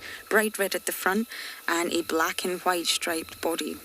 It's beautiful, and Simon's doing an incredible job of keeping up with this individual. Perchers. Short, fat body. Definitely a dragonfly, not a damselfly, but they are very closely related in the group Odonata. Now, I mentioned earlier that there's two variants of insects. Now, with dragonflies, they have a nymph stage. And in the nymph stage, they actually live in the water when they first hatch from eggs. And they'll live in the water for about a year. So they're aquatic. And then, well, they hunt using a very special appendage called a labium, not related to human labium. Very different, and it's more like a weaponized lower lip. That's what they describe it as. That's how they hunt. And they sort of tuck it against their head. It's almost like, let's just say a bent elbow, and they'll shoot it out suddenly when they want to grab some food, and they impale it. They actually impale their prey and they pull it back to the mouth. Now, the labium This bent elbow is related to the butt, I'm afraid. The anus parts. No, it doesn't sound too pleasant, but it's remarkable. The biology is remarkable. They are nothing like the adults. They use their rear end to get food, to breathe, and for locomotion. Can you believe it? And then they undergo a very, very radical transformation where they're no longer aquatic. They're no longer aquatic and they become aerial hunters, magnificent, expert aerial hunters. So the sort of transformation that they go through is beyond words. Now, the adults are said to only live anywhere between a few weeks to up to a year. So they've got a really short lifespan as an adult. But as a nymph, as a sort of aquatic version, youngster, they can live anywhere between 1 to 6 years.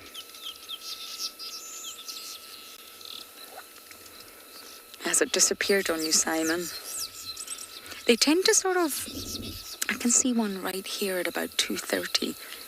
They tend to fly and then come back to the same blade of grass, fly and come back again.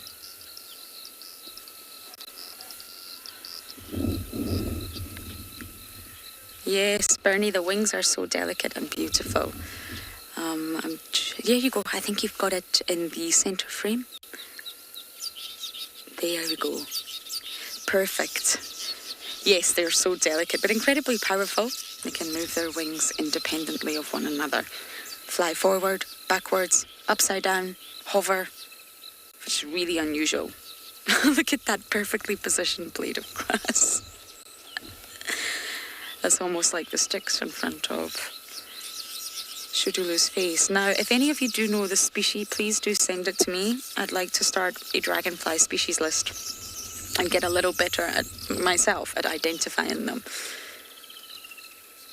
I can identify a butterfly, but I do struggle with dragonflies, and I'd like to compile our own little Juma dragonfly species list.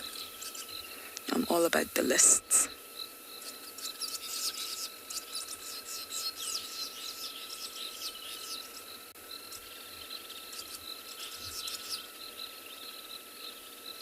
Can I hear the sounds of the weavers? You know, it's taken until the week of Christmas for the weavers to come back here. They were not here before then, but I'm glad they've came back to this pan, filling our ears with the most beautiful sounds. So as I enjoy it, we're going to send you guys across to ground.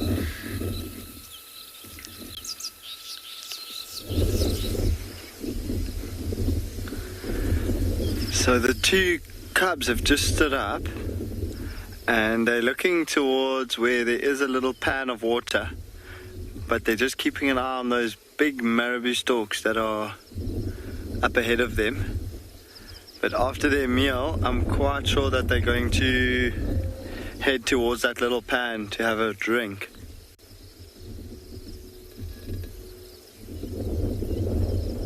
Looks like there's also some vultures a little bit lower down, closer to the water. And shame, they are still watching them. The mom is down at the water hole as well.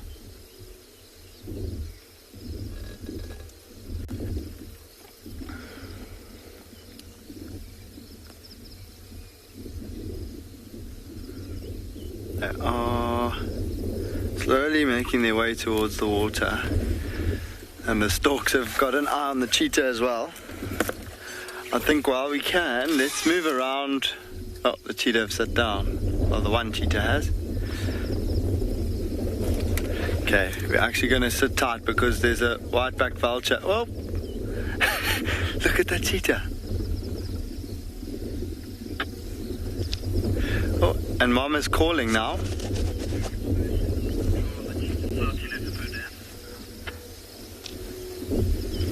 Go ahead, it's Grant.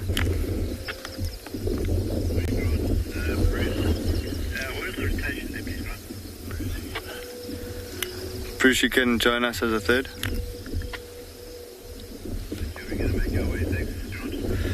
Mom made a little... Derek, you still making your way as a second?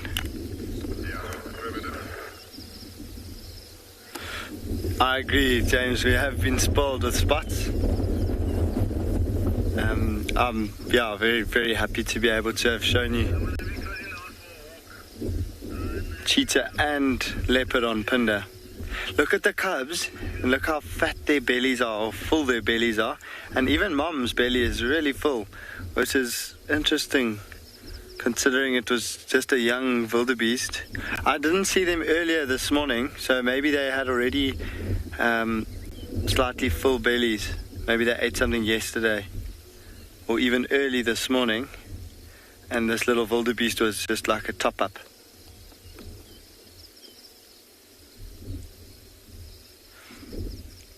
So Mom made a little contact call when the cubs got a fright. There was a whiteback vulture that flew really low and came down almost like it wanted to land, and I don't think it had seen the cubs, and as it went over one of the cubs, it got a big fright. The vulture got a fright and turned and changed direction.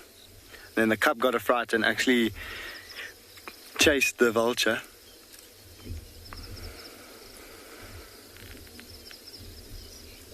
And then Mom gave a call to say, come back,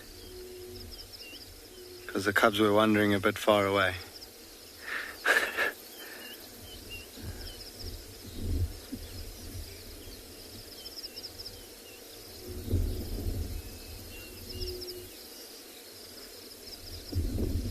Giving each other a little bit of attention.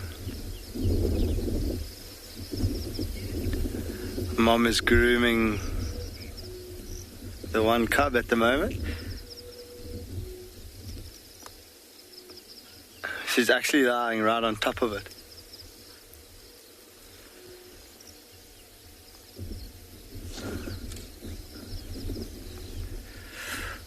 It's special to be able to spend time with cheetah, especially a mom and cubs.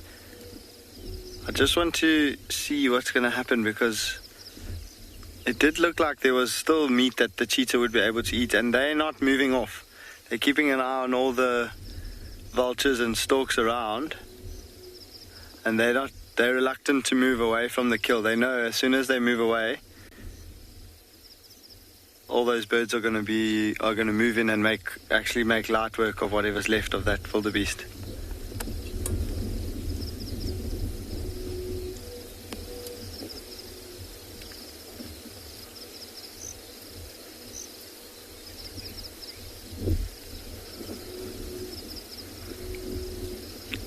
But they all seem a little bit restless now. Get that one youngster kicking Mom in the head.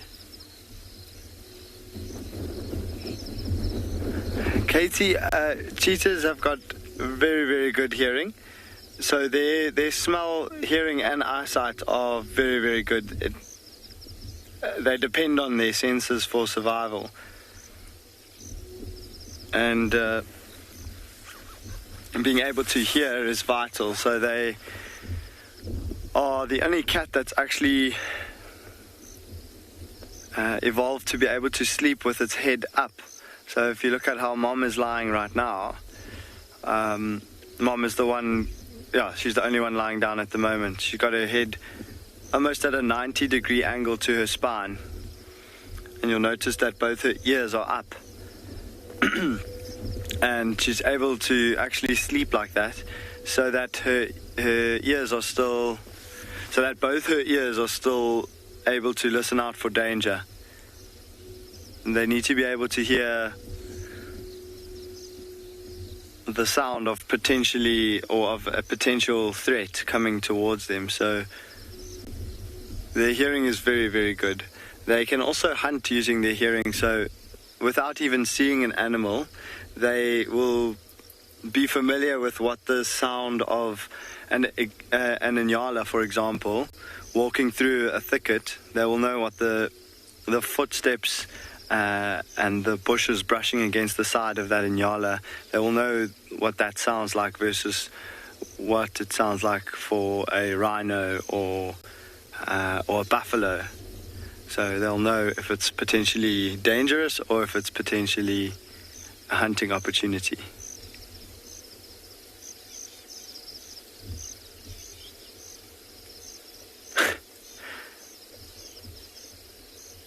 lots of grooming, especially after a meal, because they get blood. Because of the way that they feed, they have to put their head sometimes right into the carcass. They get blood all over their faces and under their chin. And so once they've finished a meal, they will groom all that blood and little pieces of meat off of one another.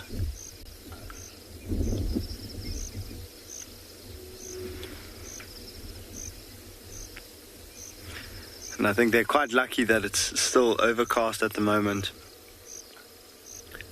because I can feel it's starting to heat up quite a bit, and you can see them panting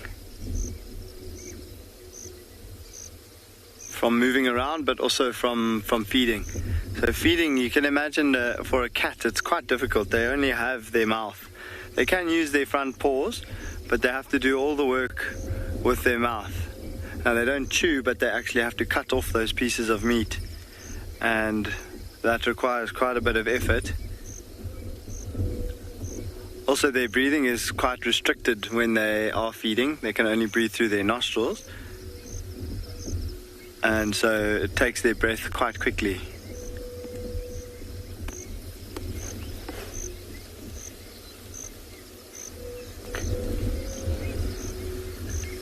Can hear some Jacobin's cuckoos calling behind us.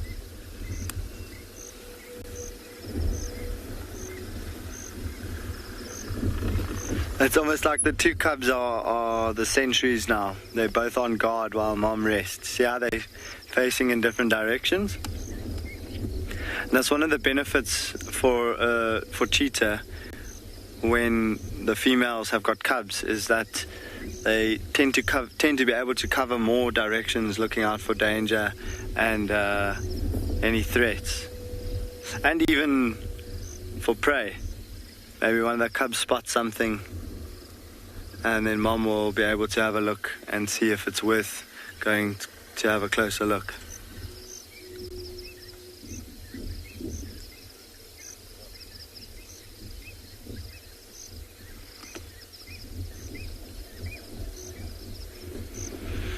So I thought we might see a little bit of action here, but it seems like it's calming down again, and it might be a while before anything changes, yeah? But we'll just stick around and see what happens.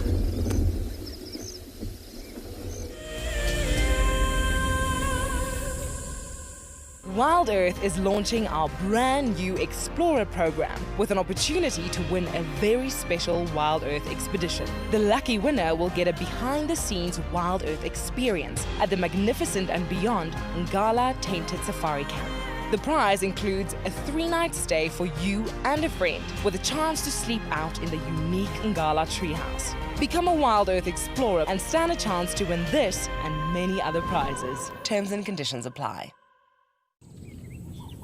My name is Moritz, and I come to you live every day from Tswalu, Kalahari here in South Africa. My favorite thing is probably the predators, and as you can see, we're looking at some of them right now. These are the kings of the Kalahari. Spending time with the cats, it's just a privilege, and I love their behavior. You know, the more that you look at them, just the power and the sheer beauty and elegance of them. Catch up with the guides daily here on Wild Earth. Welcome to my car. This is Wendy, and she's my favorite. She would love to have your name engraved on her so you can be with her every single time she goes on a safari here in Djuma. If you become a Wild Earth Explorer, you will have the opportunity to buy an engraved tag which we will attach to her. We will make sure to send you a digital picture to show you exactly where you are sitting on her. You will have front row seat in every single sighting.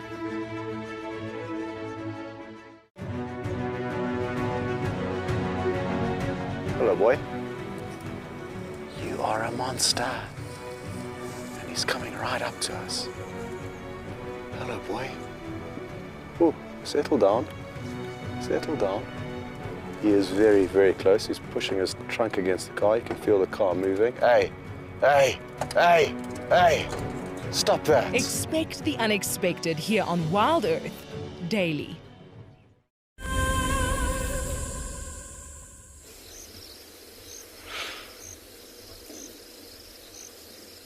So Mama's just been rolling around. She has yawned once, and it is now starting to get quite a bit warmer. So let's see what happens.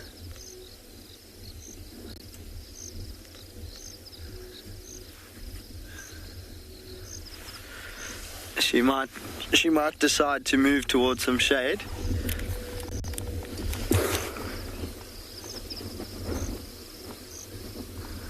In the sunshine, yes, cheetahs do hunt in groups sometimes. So remember, if there are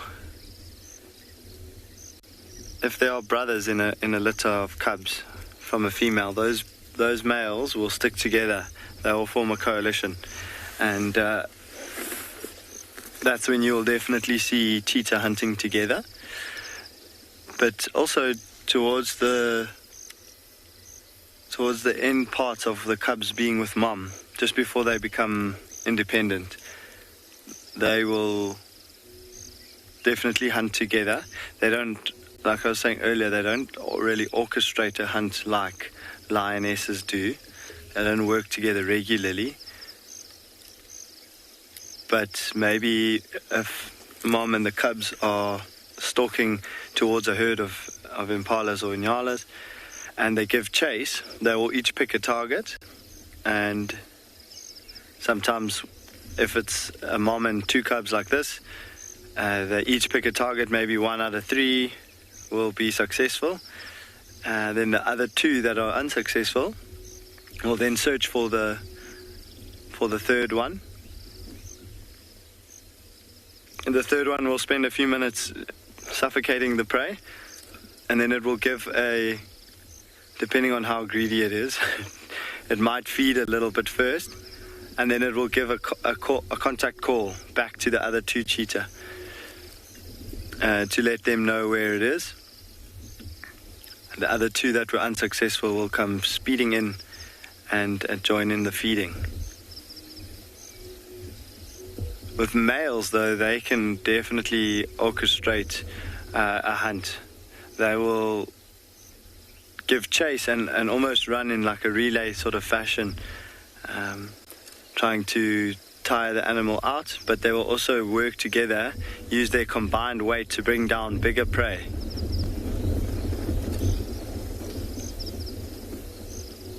So something like a wildebeest, an adult wildebeest will be off the cards for a single cheetah, but even as little as 2 males, maybe 2 males, but 3 males definitely can bring down a wildebeest. Oh, now we're getting a look at what's left at that carcass. It seems like they've eaten the back half, and it looks like the shoulders, neck and head are still left.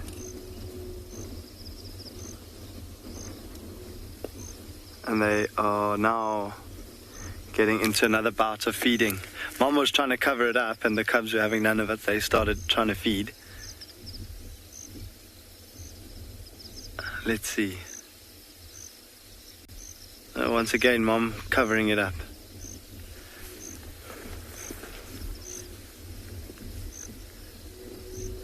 Sorry, Gwen, I'm going to ask if you can repeat the question for me. I didn't hear it.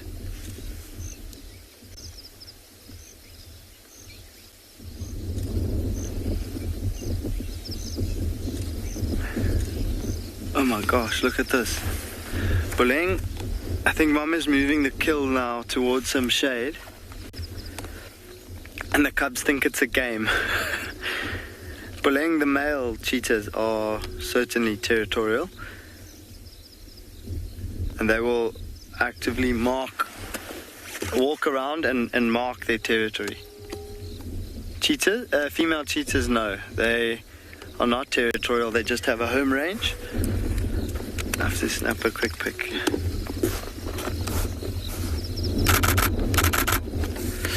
And so females will only fight if they do encounter one another, but they usually tend to avoid one another.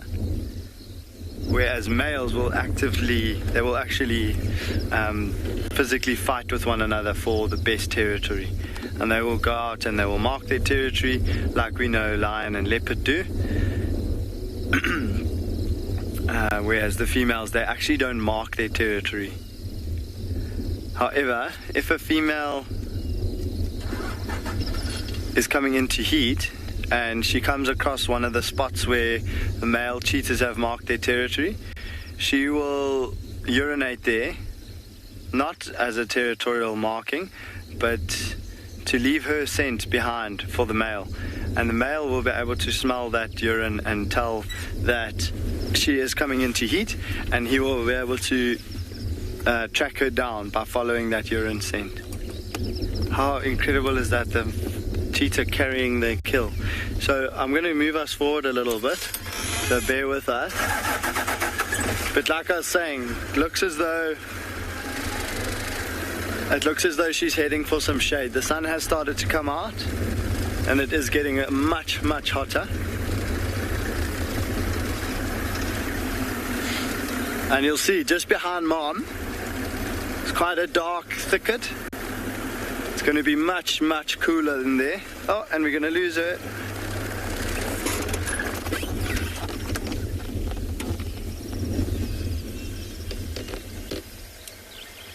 Okay, she's left the carcass just on the edge,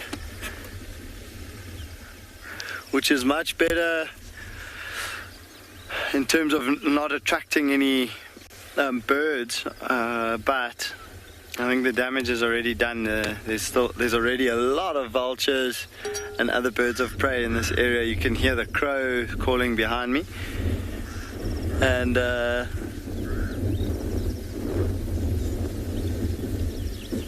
but they're not going to go right inside there, so she's trying to take that kill right into the thicket to make sure that they won't come and try and get at that kill when it's in the thicket.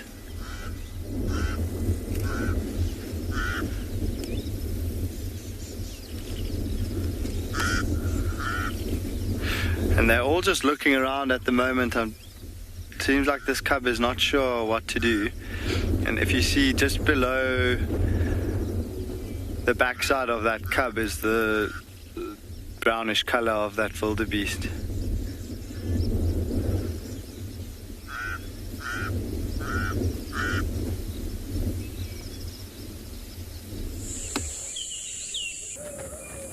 This program features live coverage of an African safari